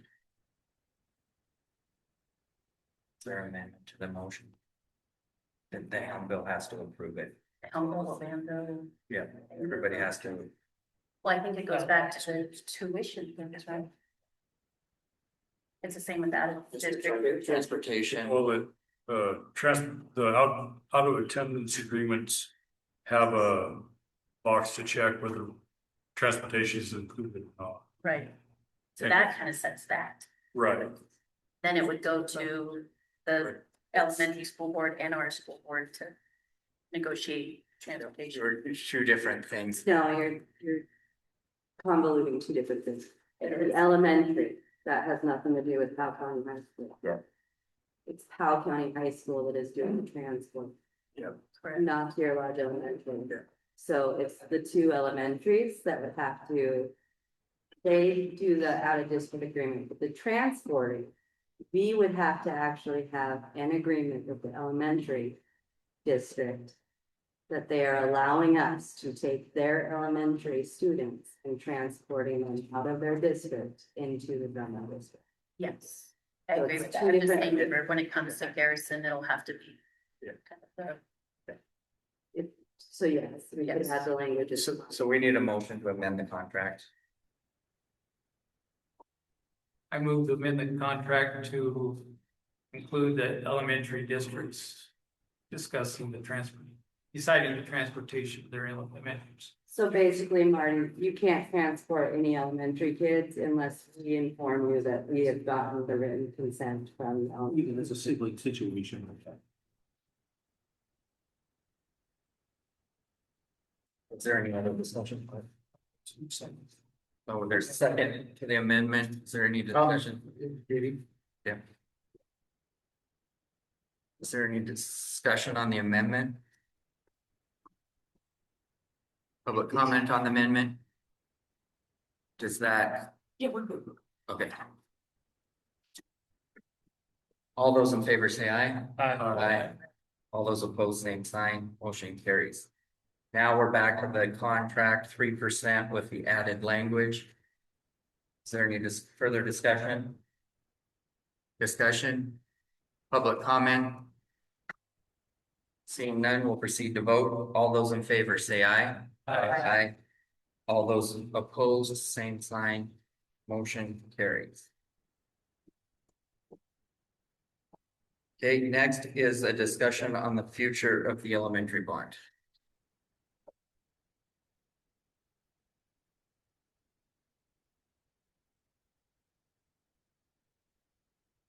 Are we planning to run again in the fall? Well, we gotta discuss what we're doing. We're holding tight. Where we're at. I think we need to rerun it. As is, Bart, or do you think it should change? What's that? As is, or do you think it should change? I didn't think thoughts from the rest of the board. I'm open to changing it or leaving it, but I think we need to press forward because we have maintenance issues in this building and cafeteria. I don't think we can afford to let that just kind of sit. I think we need to press forward, even though Eric moved on. And we have to bring in a new superintendent. I think we still need as a board to carry forward with what we started with. I agree with you. I'm open to whether we change it or not, but I do think we need to press forward because we have a couple of buildings we probably need to try to tear down. And you can't tear down a building any more than you can build one without money, and that includes, and the repair to this building is substantial, so. We need to repair this building, so I think we need to move forward with this bond. Got any thoughts, Jen? I think that it definitely needs to run its course. So we get all the votes out to the areas. And let the people speak for themselves. I do have some questions on refreshing, making sure that we're answering questions, good or bad. On what needs to be done there. Absolutely rerun it, just because it was an inclusive one. I think more public comment, open Agreed. houses. Agreed. I have a little idea, the rest of you guys might not think this is a very good idea, but it involves us working. We do a lot of work already, but we probably won't run this until fall. We have a court fair coming up. Wondering if we shouldn't have a booth there and by board members to talk about the bond. What we think. We could address all three plans again, but I think it's a good place to get the public. What's our cutoff for getting back out? Is it still 70 days? 50 days. I think we did it well. I think the people at A&E, I think Brad did it well. I think everything went good except the vote. Didn't get the ballots to the people. So I don't think it was a flawed process as far as, I do think there was, there's always gonna be more questions and stuff, but I felt like our meeting here answered a lot of questions. We had a meeting at racetrack, we had a good attendance. I felt like Brad was open. I thought the process was good. It was just, as Jen said, it was incomplete. So, I mean, I'm not completely sure that we need to reinvent the wheel on this. I think we just need to maybe refresh some folks' memories and get the votes to the ballots to the right people, let them decide.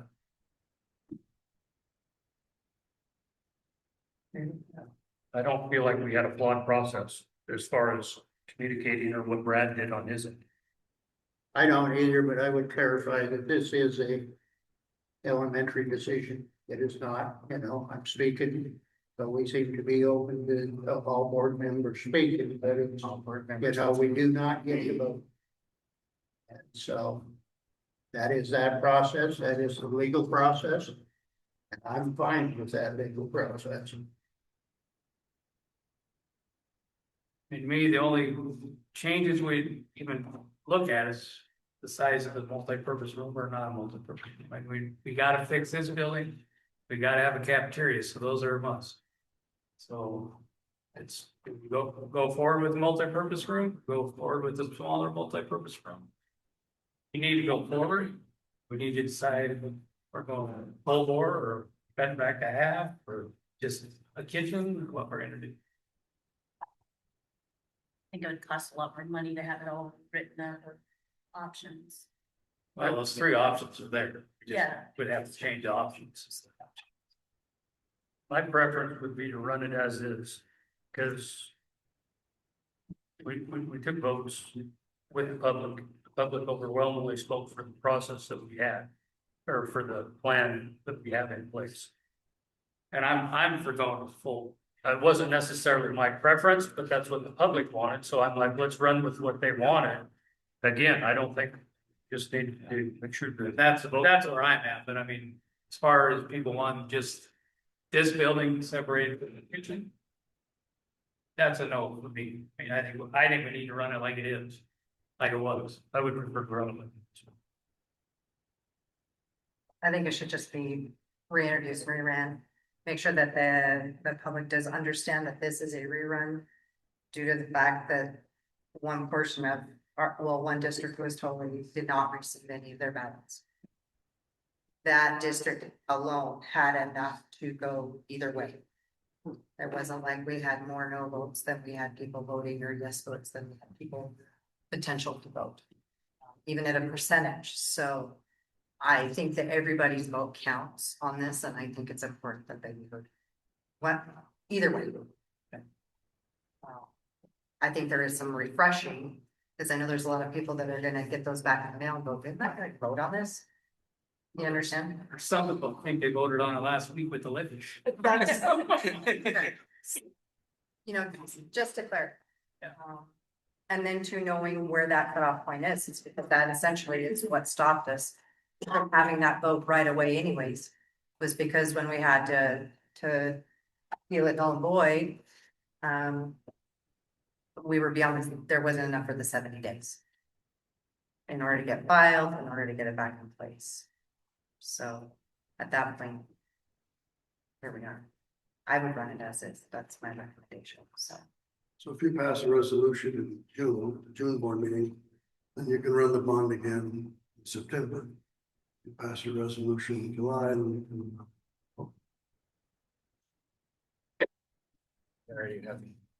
I'd just like to make one comment. As the fiscal agent of this district, very important to me that we don't do this again. We just spent almost 50 grand trying to do this. I understand running off of the same plans, we're not gonna spend 50 grand again, but it's still gonna cost money. Working in this district every day, being one of the faces of the district, talking to the staff, talking to the community here tonight as well. Our faces in this community right now, we have a lot of upset people in us. So maybe take more time this time to try and repair some of the relationships, because there's a bunch of people up here who we're gonna need the help of to pass this bond. And if they're upset at us and not liking how we're doing things right now, we're gonna waste more money and pass this bond. So I'm asking you, since I'm the fiscal agent and I don't like wasting money, please take your time.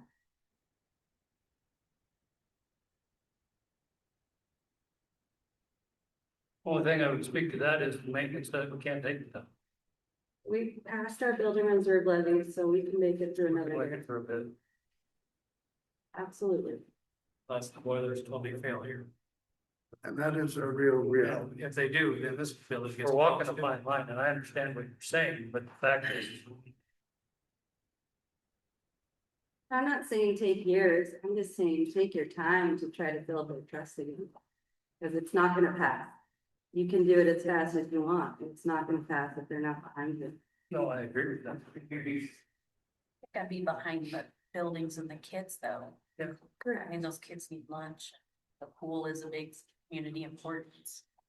Yeah, I mean, I don't think it should be personal, I guess. I Yeah, would say to the they crowd, can don't be make it mad at personal. me for a decision tonight, but that shouldn't affect what they decide on for a cafeteria for the kids. Oh, I agree with you 1,000,000%, but you know, there's a percentage that is going to be personal about it. And you need that percentage to make it happen. I don't think that was very, Hmm? I says, I do not think we need to wait very long.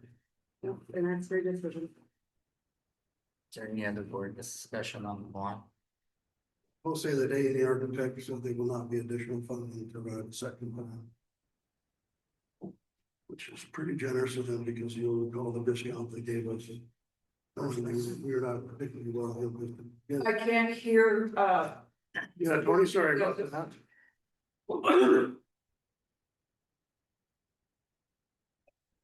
Tony, when I said that, A&E Architect has offered to help with the enterprise of running the bond again at no additional charge from what they originally were paid. Follow up with that, they gave us a pretty significant discount the first time around, knowing that we were not very well heeled the school district, so I don't disagree with anything that Tara has said. I do agree with what Rick says, is that we are on borrowed time on those boilers, so that's a huge dynamic that you people are gonna have to deal with, and I won't be part of that, but Brad will be. And so, yep, Bart makes a good point, like, can we do this very long? We also have a lot of people angry here tonight. There needs to be maybe some healing done as well. I won't be here to be part of that home. But, we have a serious time problem, and that's why we went through it pretty quickly, and surprisingly, Brad Dahl said, from A&E Architect, said that this process was done very quickly. It was done well, and he had never been to a community where there's 300 people came to a meeting. And so I think this community did a lot to try to make it happen, so I don't know, you guys have a unique situation in front of you now, relationship, true need. We had a pretty mild winter. I don't know if these old boilers can take another winter.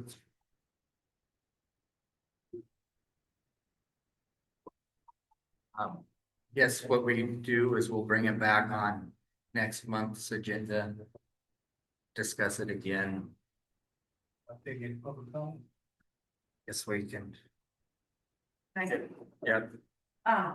So I just feel before moving forward with any major financial decisions, including the proposed $15 million bond, that the district should fully explore solutions available within our community. Deer Lodge has knowledgeable contractors, plumbers, electricians, other skilled professionals who understand about our buildings, and they may be able to help address the issues in Granville, like especially with the plumbing. And we only have 15 days of school left. And Granville's feeling stressed because we don't know what we're gonna do. So I'm just saying, explore more options. Deer Lodge has a ton of knowledgeable people out there that can come in and look at the buildings and help us out. making public comment. Yes, we're making public comment. Nancy, Yes. the situation has not changed. The time crunch is still here. The money crunch is still here. We had a professional architect that presented the ideas. We had a community meeting that expressed their opinion. We are ready to go. It was nullified. It did not fail. I want to see it run again as soon as possible.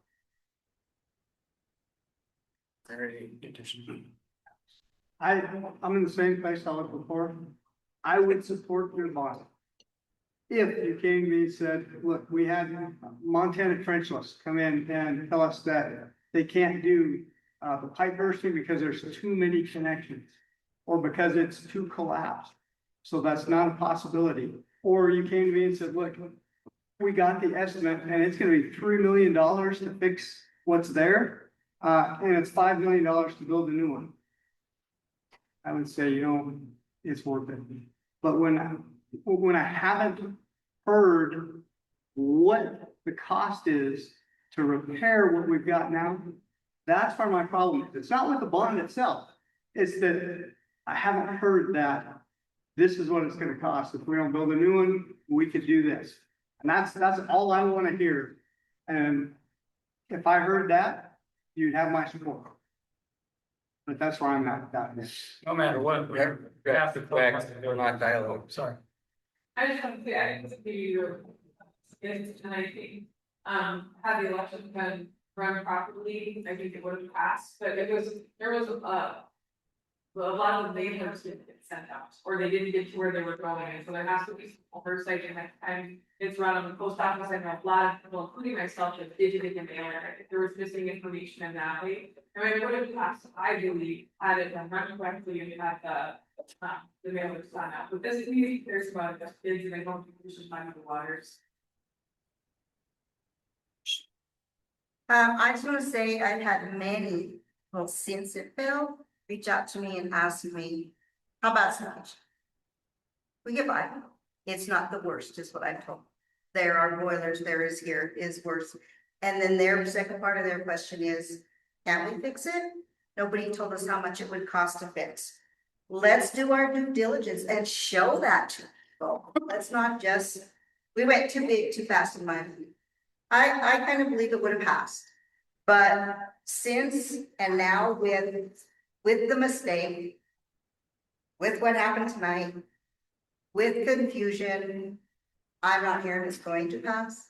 And when people call me and ask me, how bad is your kitchen? How many trouble you had this year? And I have to say, one, because I'm not lying to them. It doesn't look good. And then I have people come to me and say, well, I had a different plumber tell me that you can bring that building up to code. How come you guys are telling us you can't? Let's just do our due diligence and put that information out. And I think that would help a bunch. But I also think you need to hold off, putting too big, too fast, too much into this right now. And we're gonna set ourselves up for 25 years. Let's look at what are we doing with it. Oh, no, you're good. So, I mean, I know I was here for the earlier meeting, you guys had a lot of stall over this whole thing, but a lot of that was over the CPC. When we grew up, the CPC was a county building. I mean, it really was. I think your bond didn't spread very far as it should have. I thought it should have gone Homedale, Avon, Ovando. We all grew up, field trips, 4-H trips, the swimming pool thing was a big thing, throughout the county. And I also feel it wasn't just the county. I felt it was almost a tri-county situation. I think that this bond should go beyond just here. I really do feel you should get Granite County involved and even Deer Lodge County involved on this whole thing. Just because of the fact of for the CPC building, just for the fact that it always was kind of considered a tri-county situation. I really truly feel, and like I said, if you get the balance up in Homeville, I mean, all of them rural schools or whatever, and utilize it as a county facility, I think you guys would do much better, at least on this building, as much as anything. I think just urge the board to visit with the Parent Advisory Council at our last meeting we had, I believe. Doing session, I would say, of things that they've been doing from their contacts in the district, questions that were raised by people in the public to them, and they also had some ideas for utilizing them. So I would just urge to listen there, because they have some really good insight.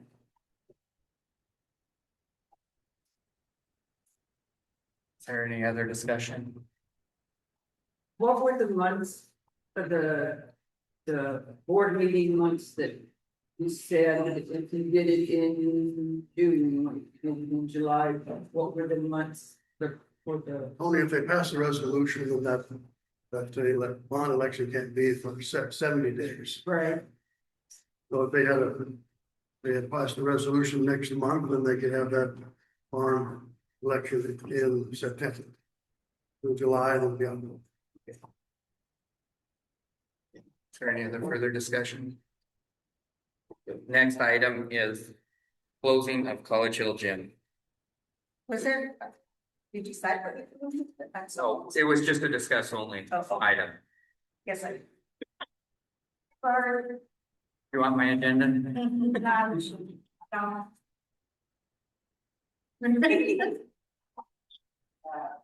This discussion. This one is an action item. So I move that we close College Hill Gym. Safety.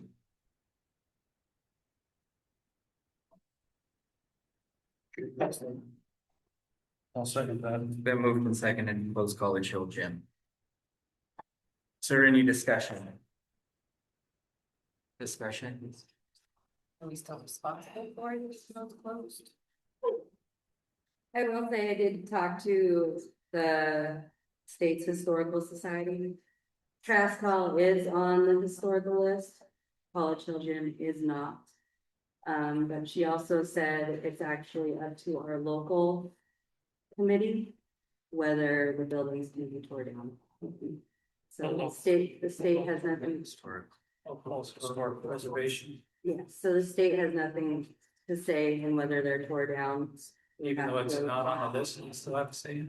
Huh? The historical preservation still has to say it, even if it's not on the list. The state SHPO would have to give their blessing.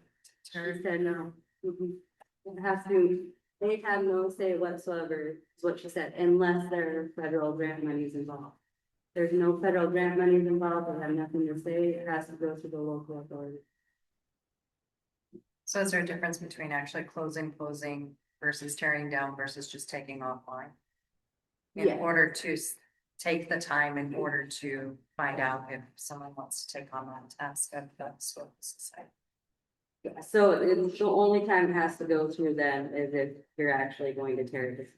Closing and taking it offline is up to you. But if you're going to tear it down, you have to go to them and request it and see what the steps are with them. Is there any other discussion? Well, Trask Hall is on that list. We're not. And so, We're talking about College Hill. I know, but if you, I'm just kind of recommending this does not go put on the historical list because otherwise we're stuck with maintenance. It's the same thing though. She said, even though Trask Hall is on the historical list, it's still, it can be tore down as long as your local historical preservation committee agrees that you can tear it down, even if it's on. Is there any other discussion? I mean, everybody knows the mold and stuff in the basement of them. Shane used to get sick from working in there. I mean, I really don't think we can keep it open. How much does it cost us open and how much would it cost us closed? But Hundreds, I mean, do we free up anywhere? I would say if it closes, like, you drain the water so it doesn't burst and shut the water off to it, and just be closed. It wouldn't have any maintenance then. I would say heated. How's it what? Was it ever heated? Why boilers? Are the boilers located on site or are they somewhere else in the waters? No, it's in-house. They're in-house there. They're in the basement. Basement. Is there any work session? Public comment on closing College Hill. Start up on top. I was just wondering, so close College Hill, then when does when do you guys make the decision whether it's torn down or just left? I didn't catch that. Or you did say. We didn't say anything. I was just concerned because of the meeting folks. If they're already playing, broken glass and yellow tape, just having another building that's just sitting there. It should be fun. That was it. So it is something I asked, is if there will be maintenance done on it to keep it safe in that area for the children. Cause I've seen it where the other building that is closed and historically preserved, but it's vandalized and there's glass and it's not safe for the children. What would that mean? Done, even though, well. Like I was saying, you would take it, so there's no one to eat it. But it's still being maintained to be safe, having it there with the children.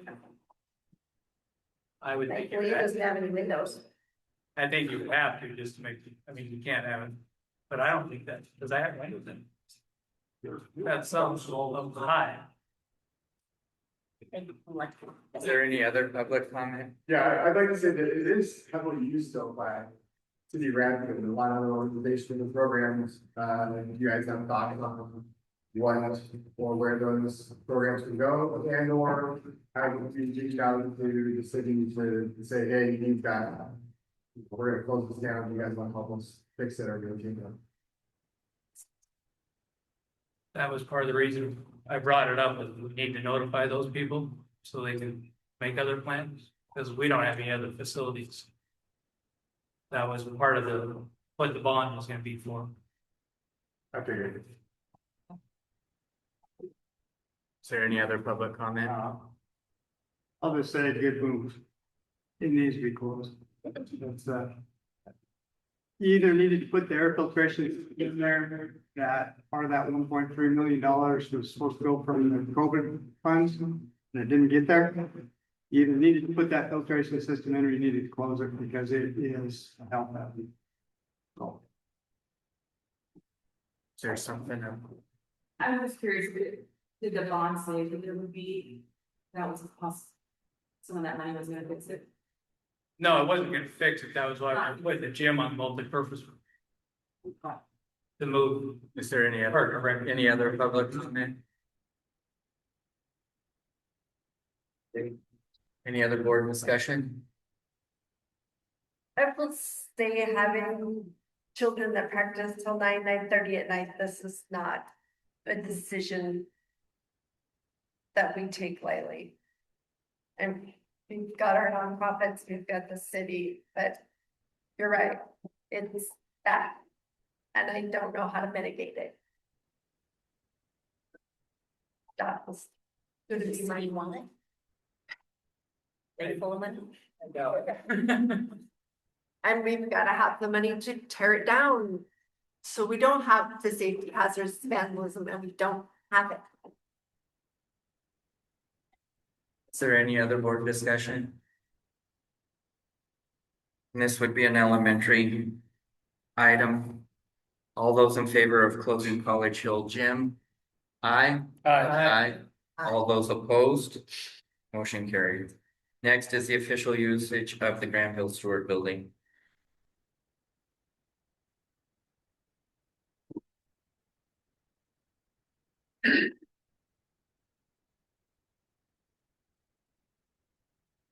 Motion? Yeah. Hold. Their motion on the usage of Granville Stewart.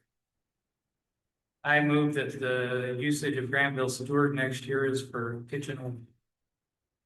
Second. It's been moved and seconded that the official usage of the Granville Stewart Building is kitchen only. Is there any discussion? You need to have that motion saying that you're speaking to the kids. Kitchen, I'll amend that, kitchen and cafeteria. Sorry. Is there any further discussion on that? Is there any public comment? Tammy wants to know. There will not be, I don't believe, enough room for everybody to be over there if Granville is not utilized. Like the counseling was gonna be left in Granville last summer. So my thoughts are, why would we close down the junior high building, keep us in there if it's already over to the cafeteria, save all that money in Duval not opening that, then you're still running two buildings. That's just my comment.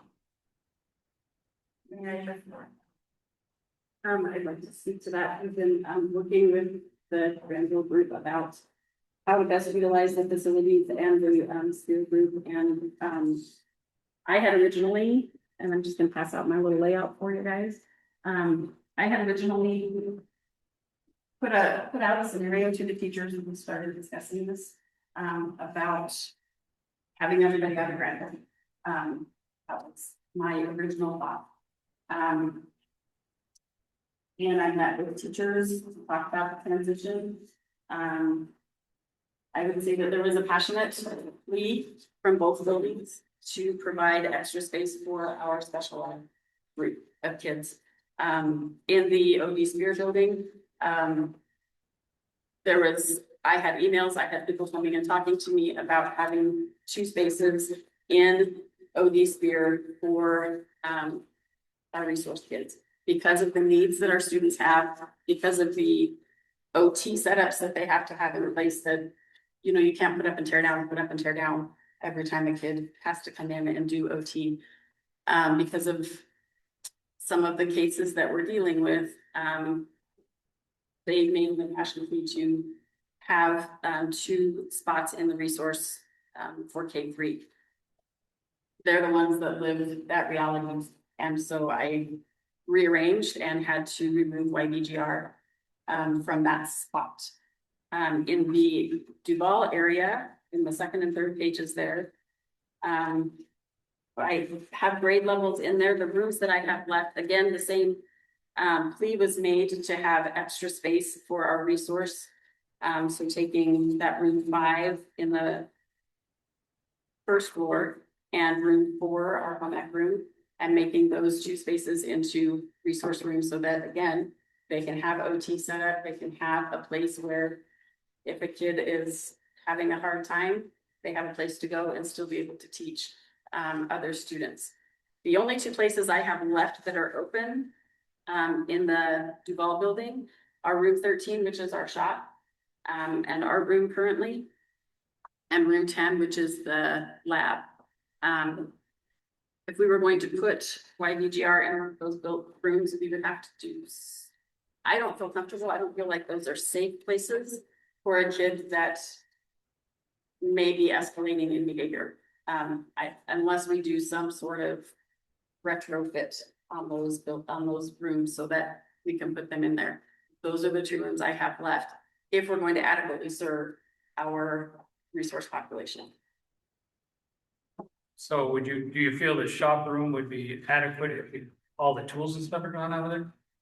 If the tools were out of there, there's also, electrical that comes up out of the floor.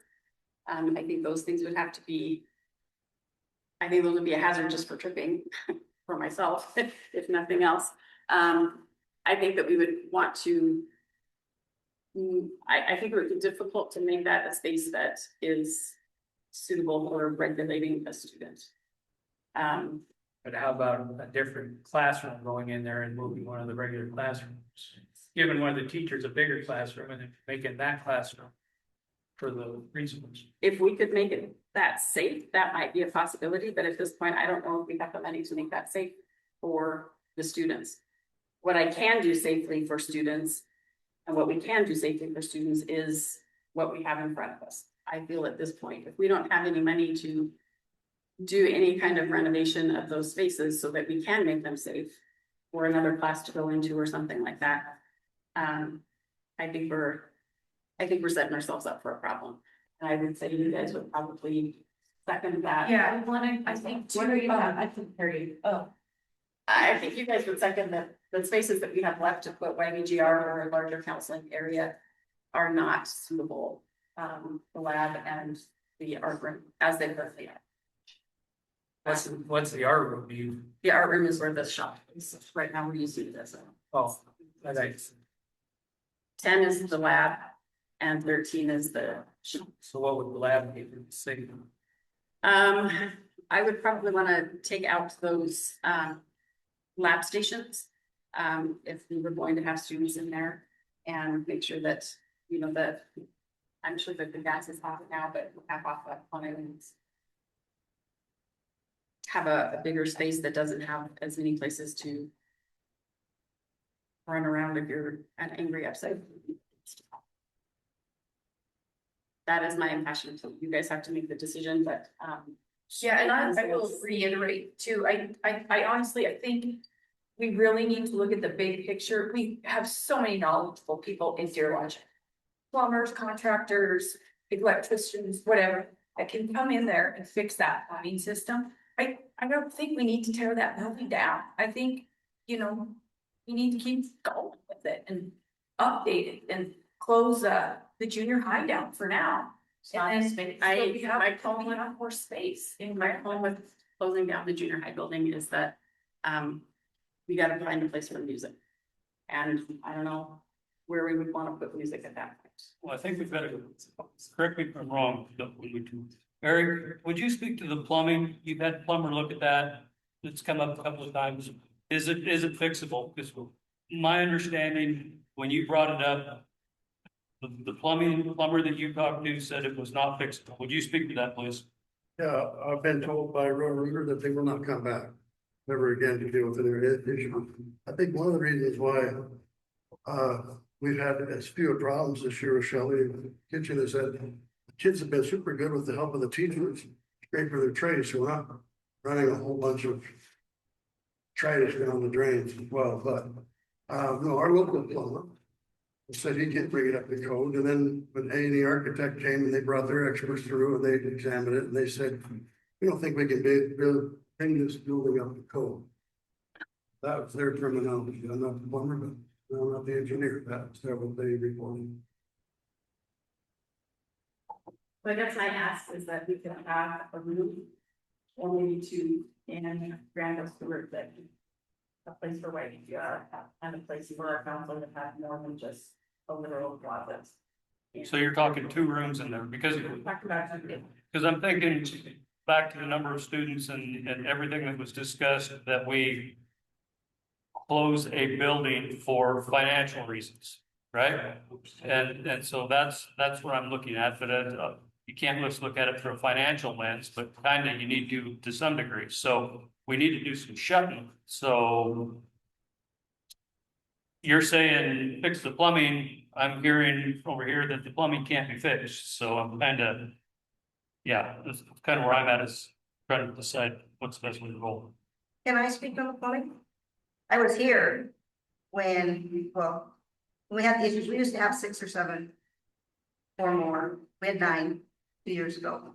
Shutdowns a year because of the plumbing between the dishwasher. I don't know where it goes outside.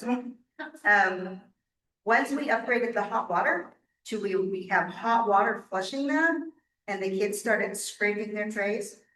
I haven't had any plugs this year. I did see in a camera the collapsed pipe. If the camera goes down, it looks like your bill of your house sitting there, the pipe is, and so it, you know, builds up around there. We are careful, very careful, absolutely. But the reason Roto-Rooter won't come back is because there has been so much acid put down the pipes, it ruins their equipment. That's why they told me, I will not come in here no more. You guys have put so much acid at our maintenance, they come pour stuff down there. We'll do it because my equipment. I'm not a plumber, but if I've got collapsed pipes, I'm thinking I'm on a relatively short time frame. Absolutely. There's a thing called pipe bursting. My son-in-law is a directional board. He works for the federal government. His company does. Not to toot his horn, he's good. He knows what he's doing. State of Montana and Wyoming are on phone all the time to help us out. I asked, I drew out the building. I said, can we bore in there and fix this? Yeah, I need it to 17 inches of those urinals. Yeah, jackhammer around them, you put your urinals back in, you hook to his pipe and you go. But as he said, pipe bursting was a better option than boring into them. I think there are options, and I don't think it was anything negative against our plumber or our architects or anybody. as I said earlier, the store due diligence and look into that stuff. I think you could leave a few classrooms in there and look into that stuff, but I saw the pipe where it's Again, collapsed. the whole idea is to shut a building down financially, right? Right, and so then that goes back to our bond. Our bond told everybody, to move everybody out of here. And now we want to leave some in here because we don't have enough room. So is that going to negate our bond to where people are gonna be, oh, they weren't upfront and honest? No, Right. that's another. The bond said we had plenty of room because part of the bond was taking those 2 rooms and fixing them so that we could use them. Oh, in junior high, gotcha, yep. So my suggestion maybe is first, before saying we can't use those 2 rooms, can we at least find out what it would take? So that we can Have actually somebody say come we in and can't look at do it. room 10, or somebody can look at those two. Yeah. I think there's a lot of things that need to be looked at with all, there's a lot of things there that needs to be handled. I feel like as teachers, we're being rushed to move, towards the end of the school year, where like, I went into whatever classrooms that I potentially might be in, talked to a teacher in there. We got a heater who doesn't work, on a big rainstorm, we got a door, we got rain comes down through the door. There's a safety issue, that door sometimes closes all the way. Sometimes it doesn't go all the way based on the temperature of the room. I think before the move happens, there's a lot of maintenance involved in that too.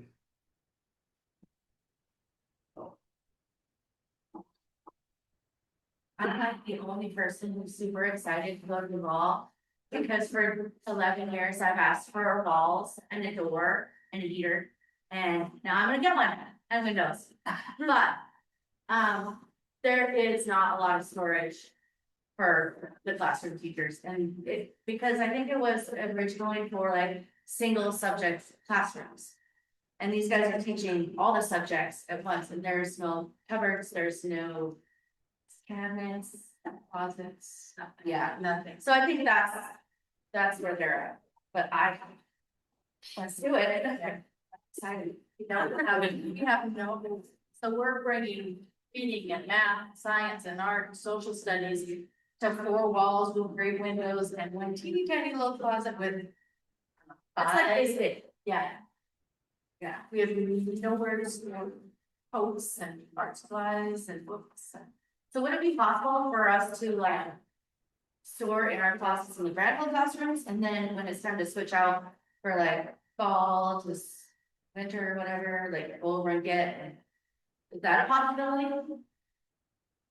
For storage, I wouldn't see why not. Because we've got those big cupboards there. I'll bring the big cupboards. No, there's no room in the classrooms for the cupboards for it. No. Is there any other discussion? So, are you wanting to use those 2 classrooms all day, every day, or is it how many students? That would be in those classrooms. Yeah. It would be intermittent if we were going to move the counselor and the YPGR there. Currently, our YPGR, person does a lot of therapy sessions in like teletherapy with, students in that classroom, so it's used. I would say frequently, but not with high fall. The day. So you're saying we're not closing the building anyway? And that's gonna be minimal usage on those 2 classrooms, I guess. I don't see a lot. I get quite a good clarification, what is YBGO? Our school day counselors, so they work with over. They provide, we have a therapist and usually behavior specialists and looking into, and so, we do work with our students, she does a lot of shelter with, that are being therapists involved. And then in the 7th and 12th grade, we have a therapist in person and a specialist. They work with students in sometimes therapists for sometimes with families that come in to. Thank you. I was going with like. If, would we be able to get estimates on how much it would take to retrofit those timely? Thank you. Clear. I move to table this motion until next month with the understanding that we'll have some answers, financial answers to some of these questions. As far as retrofitting classrooms in put there, or there's mentioned here, and possibility of looking at the plumbing in Granville being rebored, or what was the term? Pipe bursting, I'd like to look into that. I'd like to have some answers to that by the next board meeting if possible, please.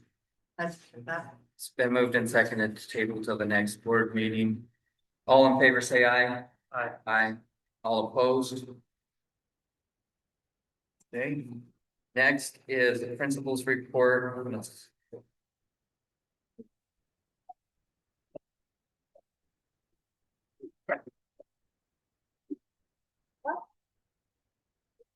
All right, short and sweet tonight, our enrollment for the top there, we've got 45 in our 9th grade, 51 in our 10th grade, 23 in our 11th grade, 32 in our graduating class, so a total of 151. You guys have to see class section totals. This is, I hope it makes sense to you. It's the only way I can get it to make sense to me to have to show you. So there's a list there, and I'll entertain questions from them. Parents seen this? Have Have parents seen the block schedule? the next year's schedule? Yeah. No, I haven't seen it now. I haven't had it approved by you guys yet, because we've had so many shifting positions, so. So the kids are scheduled here.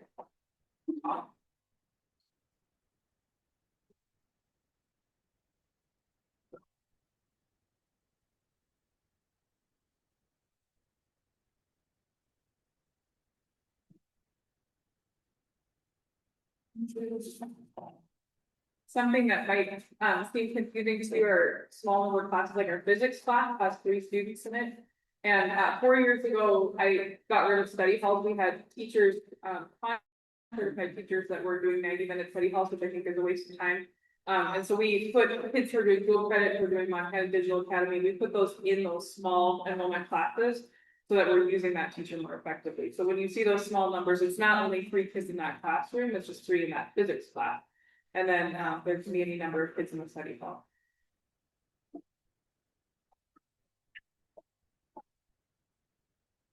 So you're saying like the one that has just 2 in it, there's actually a study hall in there at the same time? Are you looking at EDU 201 internship? Yeah, anatomy. Anatomy. Oh, anatomy, yeah. Yeah, there'll be a study hall at the same time. I don't know if you guys can see the grade on there. Yeah. The sections that are grade, those are study hall sections as well.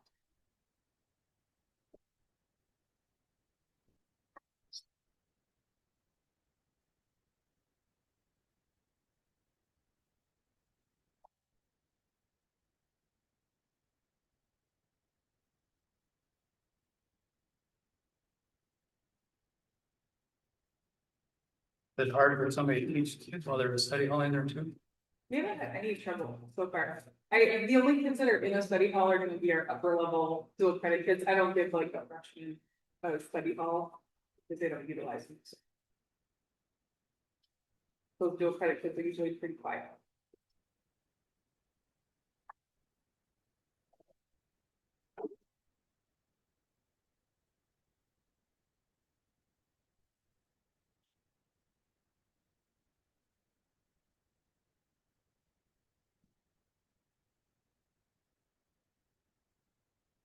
Are there any further questions?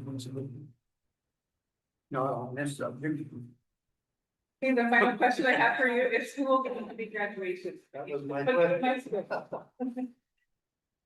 Okay, one more time. Bert, Bob, Scott, Missy, I'll be there. Kathy. What date is it? It's like 20 hours at 3. See you before we know nothing. Sunday. We like the 8 hour. 24 to 3. At 3, yeah, and you can come to practice if you want, but I don't know that it's super necessary, because you're just kind of sitting there, but. It's 9 o'clock on the Thursday before, which I don't know the date, but. 21st, that sounds amazing. This is your last report to the board. It is. And thank you for what you've done. Thank you. Thank you.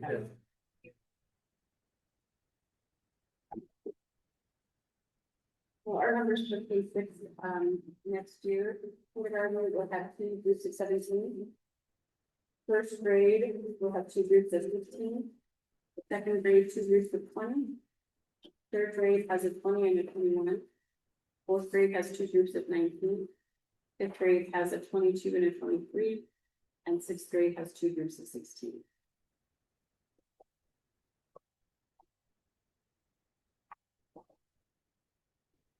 So now we're pushing our limits for class size.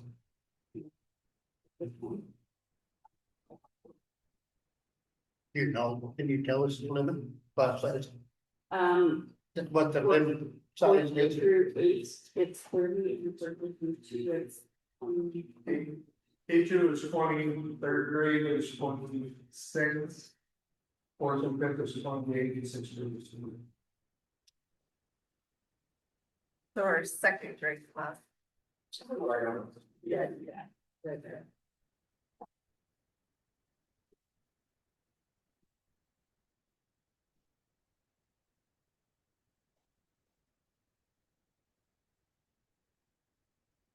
Do you have anything further, Shelley? Sure. Yep.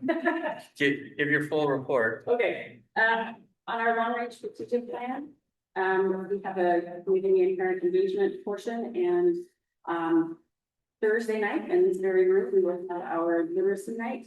That is being put on by the superintendent. We hope any and all of you will join us for that. Testing window 3 for math and MSA closes on the 22nd. We're getting close to getting those finished up. And the alternate testing closes this Friday.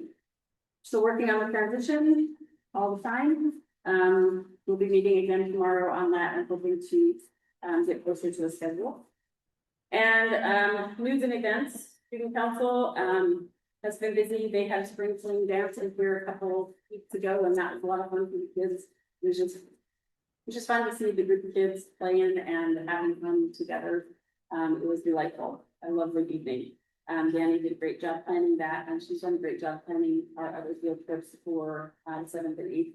6th grade just got back today from the racetrack campground trip, which is always a good one. And we have the 8th grade Ripple field trip to Fairmont and Butte yesterday with 8th grade.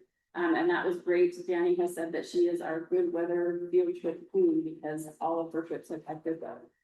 And they were afraid they were going to be freezing. Coming up, we have our 8th grade fun day. We have the high school adopted freshman day, and then our moving up assembly will be June 3rd.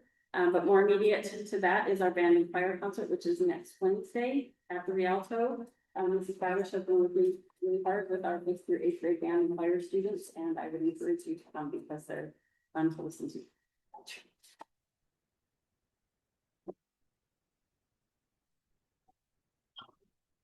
Okay, thank you for the hire of kindergarten teachers, and they will be joining us tomorrow morning. We have kind of a little quick visit, hour and a half, 45 minutes in the morning of our new kinders coming in. They will kind of get to see Spear, parents will get questions answered, and go tour of what to expect in Spear for the kinders. So that is tomorrow morning. We do have a lot of field trips going on. 4th grade just came back. They did a trip to, was it the Heritage Center?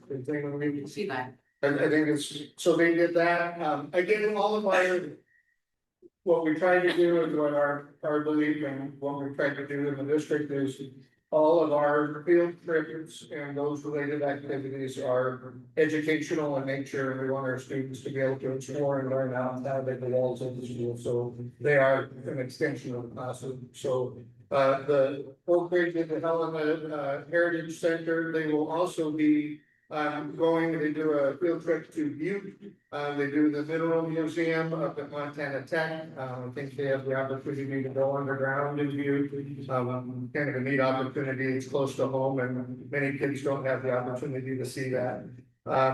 Fifth grade dissected fish today. And got a little stinky. I heard that Miss Wynn's class had a better stomach than Mr. J's for. I want.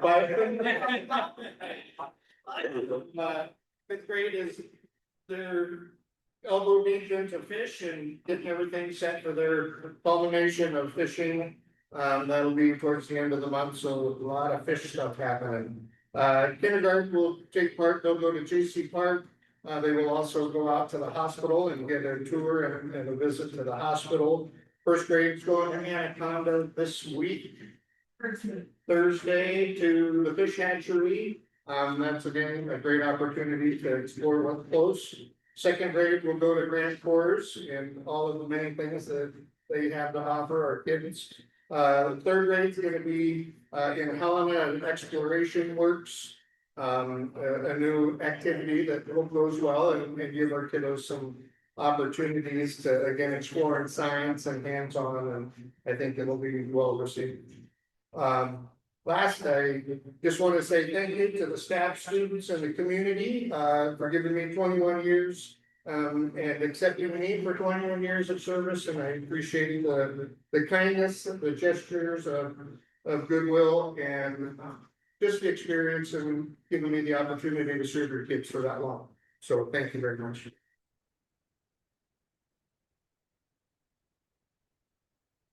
Thank you.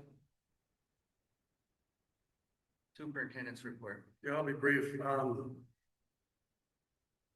know, we do talk a lot about our sports programs, but like FCCLA and FFA and going to nationals, that's academic competition. That's pretty neat opportunity for them. And we had a lot of kids who did very well last year at the nationals in our FCCLA, and I expect to see it again this year.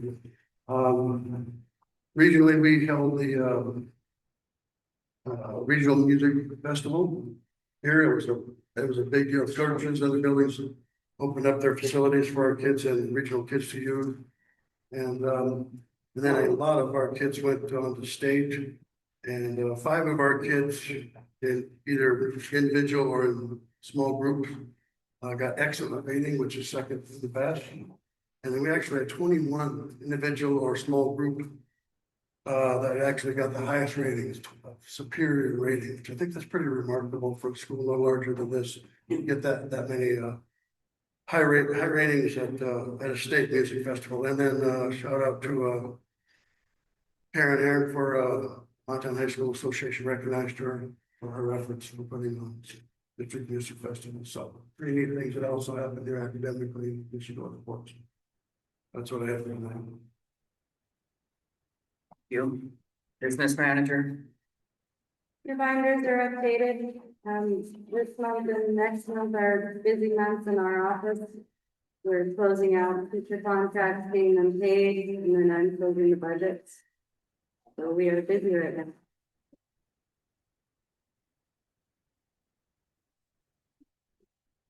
I haven't had a chance to look at it this month. Is anything jumping out or? No, there were 2 adjustments I had to make. Our legal fees are very large this year, so I had to adjust that in the budget, and then bus repairs. In case you aren't aware, high school buses do not get paid out of transportation because transportation is only for route buses. And our high school buses are activity buses. So any sort of repairs for those have to come out of general fund. So when we have larger repairs come up, I have to make room for it somehow. Those are the only 2 big things that came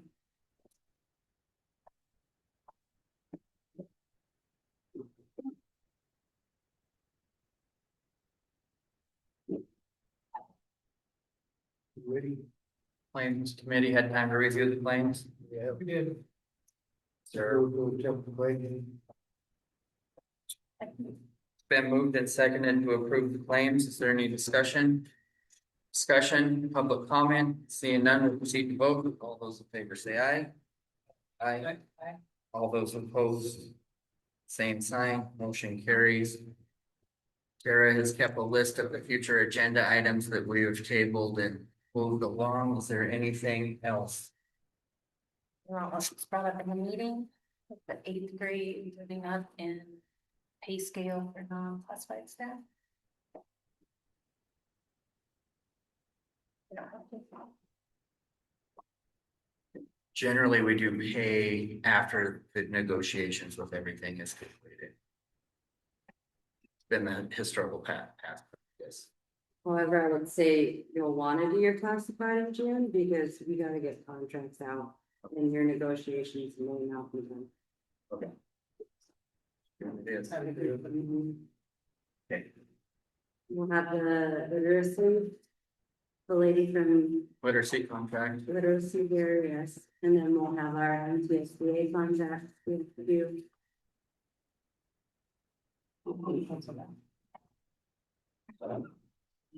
Different one. Okay. Is there any other future agenda items? Okay. We're going to adjourn this meeting, but wait, there's more. We have one more meeting, but we're gonna take a 15-minute recess before we start the next meeting.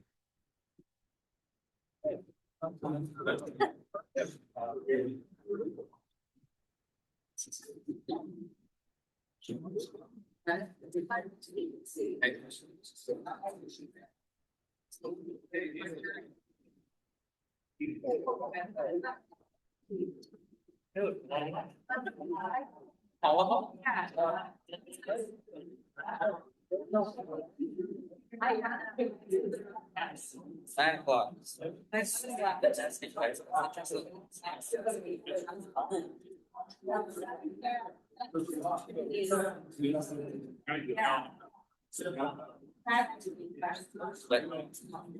Oh, that's. Yeah. And.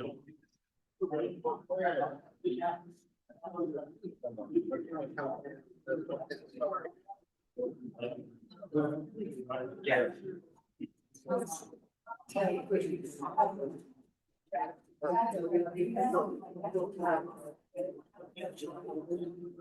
No, he could wait here until I sign checks.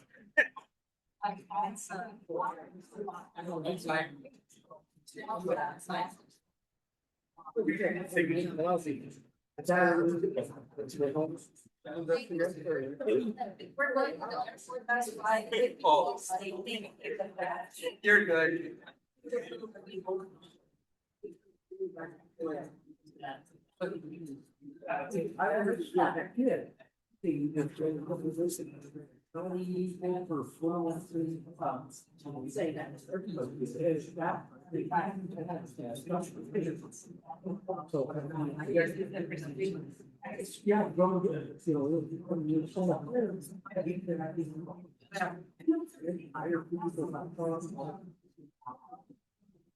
We might be able to some cloudy.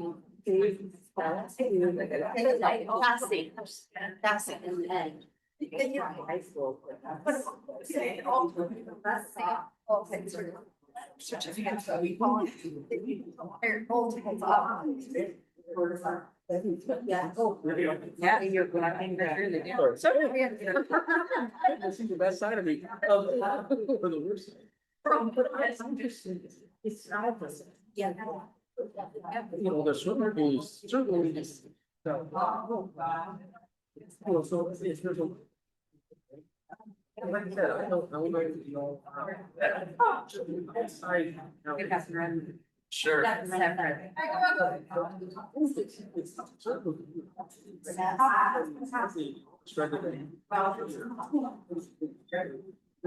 Especially. Oh, yeah. And I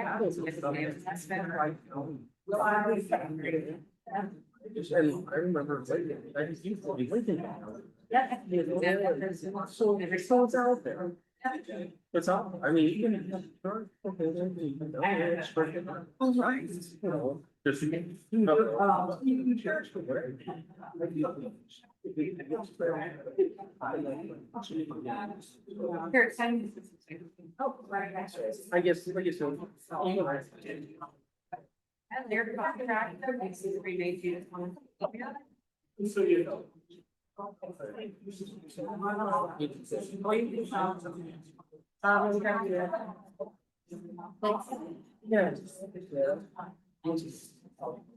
Yeah, that's exactly. So.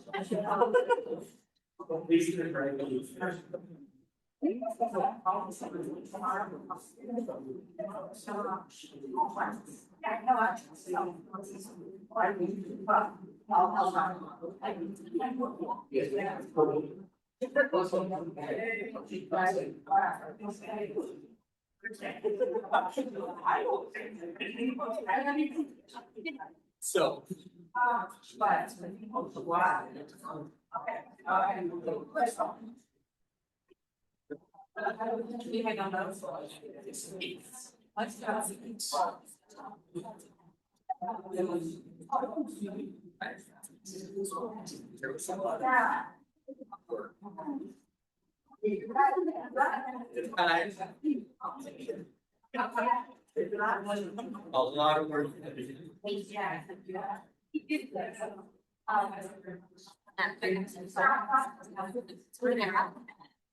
So your pen, Rex, and Steeler. Well, we're going to thanks. I'm going to get another block. I still got some. Oh, great too much. Lost it all.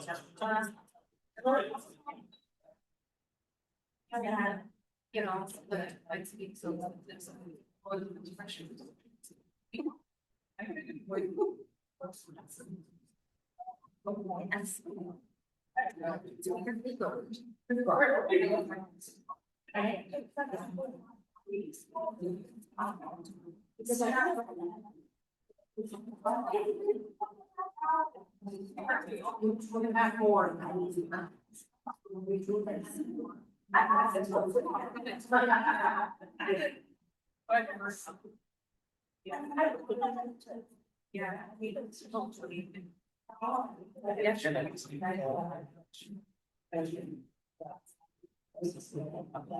Sure. Express is pretty close.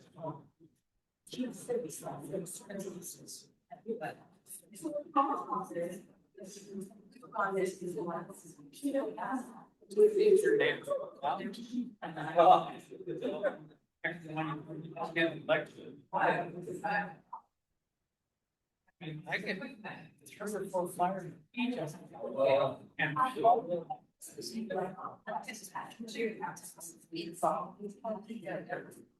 I'm ready to go.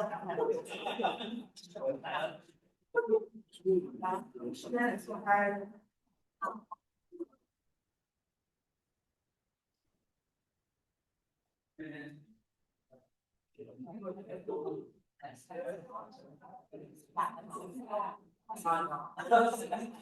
One thing she has from the first got off. Next picture. Patrick is pushing that one.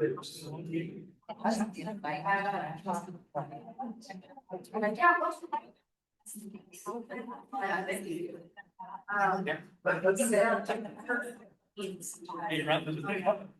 That's no way. So he goes over there. Thing tries to say something.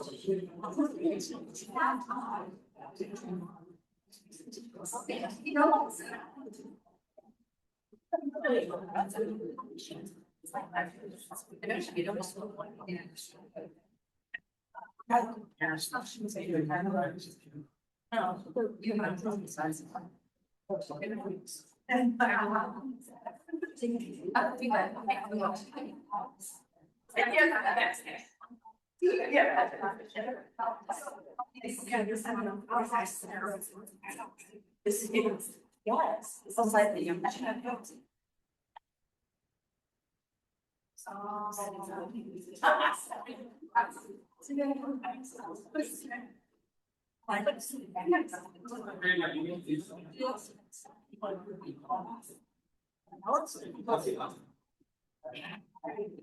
Oh, I think so.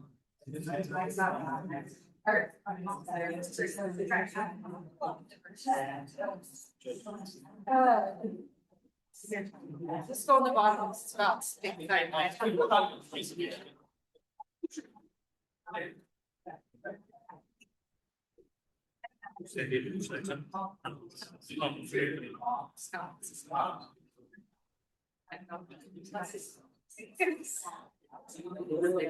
But I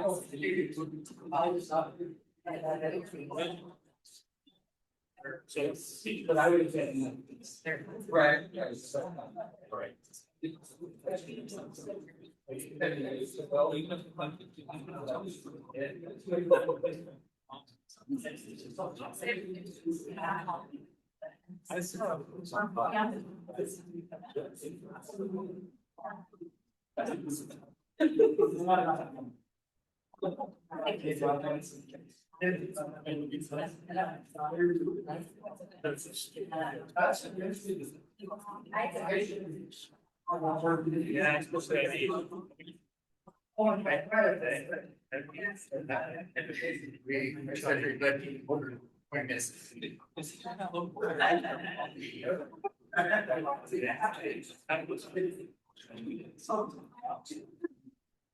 Yeah, those guys outbound right now, that'll get solutions. They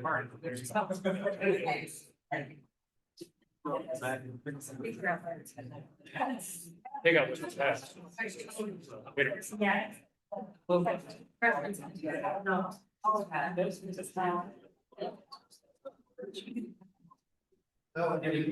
At first was in like this.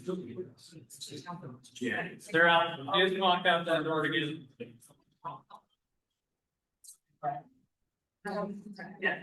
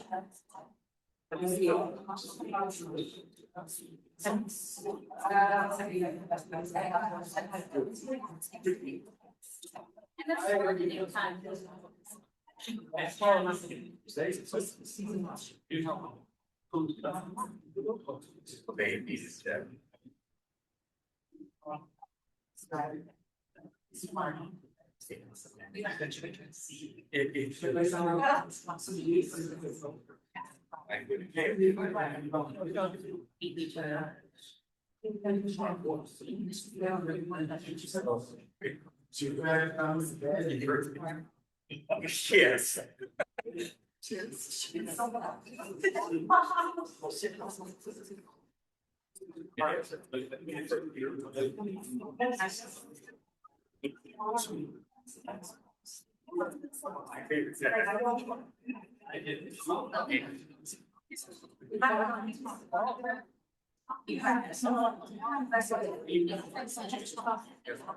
She has 3 questions, nothing.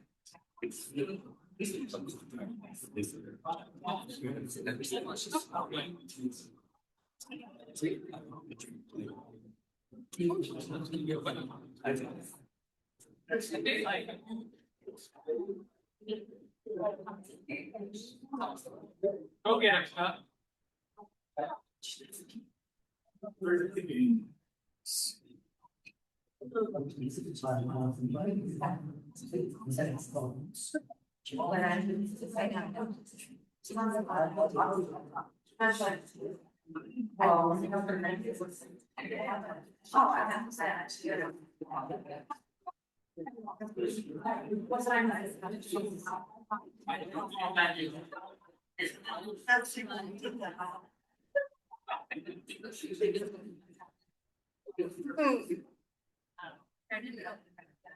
Okay, we will call this the annual reorganization meeting to order.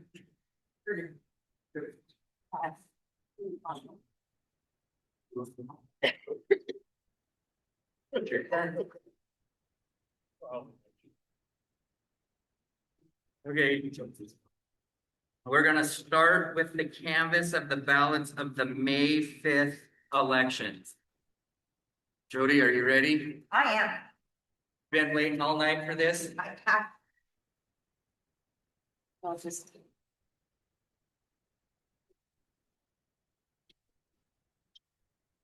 Pass the schools on to this class. With the second.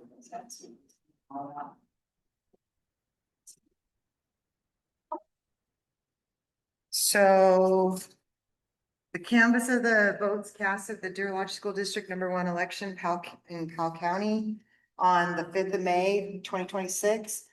So in the issue of Deer Lodge Elementary Building Reserve levy, for the levy was 583. Against the levy was 484. For the Powell County High School Building Reserve levy, for the levy was 880. And against the levy was 757.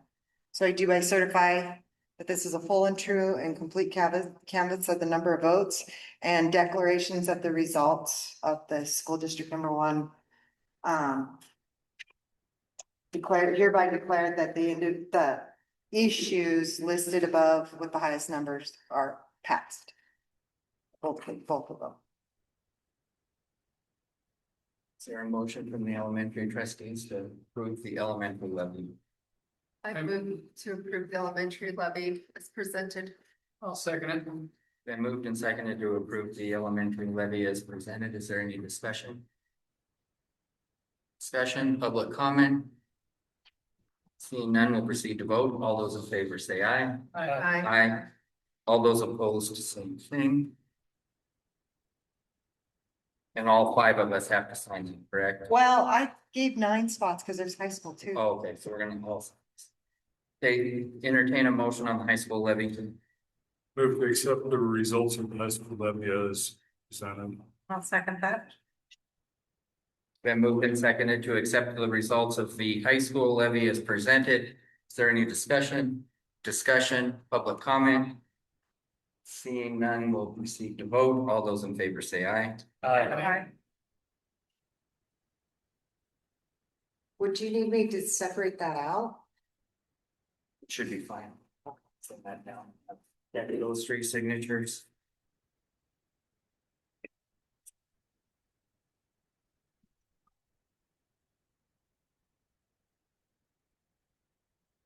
Have you been waiting all night for this next step? You know. So Don't you wish we would do this first? Missy, Kathy, and Bob. Missy Cassidy and Bob and your clerk. Am I safe to assume that you're not gonna change clerks? That's a little ways down the agenda. I'll just be back here and say. It's up to you. You wanna wait? I'll do her separately. We better do this in the right. That's fine. Okay, no problem. Same old. Hi, guys. I was gonna ask you to stand because you've been sitting for 2 hours, but if you wanna just sit still, you're good. So, but if you'll raise your right hands, please. Okay, I do solemnly swear I do solemnly swear. that I will support, protect, and defend For defend the Constitution of the United States Constitution of the United States. and the Constitution of the State of Montana, and the Constitution of the State of Montana. and that I will discharge the duties of my office with fidelity. Discharge the duties of my office with fidelity. So help me God. So help me God. Excellent, thank you. Now, don't run away when it's over. I need signatures. And I'll be back.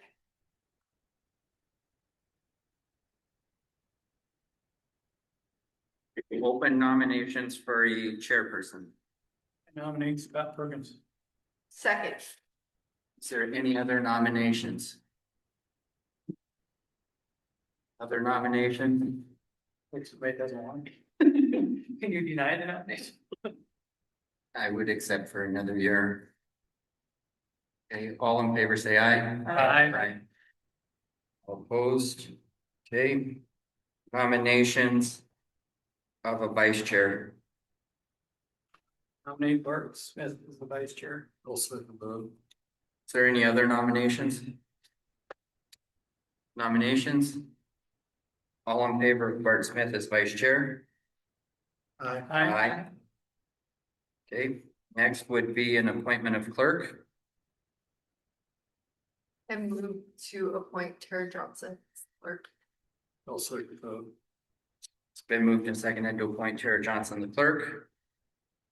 Is there any discussion? Discussion, public comment? Seeing none, we'll proceed to vote. All those in favor say aye. Aye. All those opposed, same sign. Motion carries. What? Wanna do it now or later? Whenever you wanna do it. You ready? Go for it. Ready? I do solemnly swear I do solemnly swear that I will support, protect, and defend that I will support, protect, and defend the Constitution of the United States the Constitution of the United States and the Constitution of the State of Montana, and the Constitution of the State of Montana, and that I will discharge the duties of my office with fidelity. and that I will discharge the duties of my office with fidelity. So help me God. So help me God. Congratulations. Okay, we'll go to committee appointments. Claims. Katie. Bob. You want to stay there, Rex? I can stand the claims. Okay. Rex. Negotiations. Rex Chair. Will. Jen. Anybody else would like it, I would give it.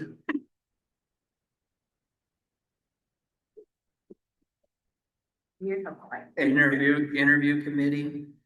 Missy, myself, Art is chair. Policy committee, Bob chair, Missy, Kathy. Finance committee, myself as chair, Will, Rex. Transportation is Will. Building committee, Bart is chair, Rex, and Bob. Everybody. I guess means nobody took it. Okay.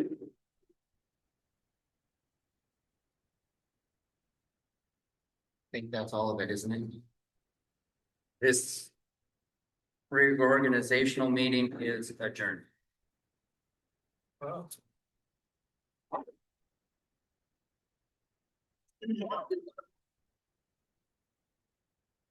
All right.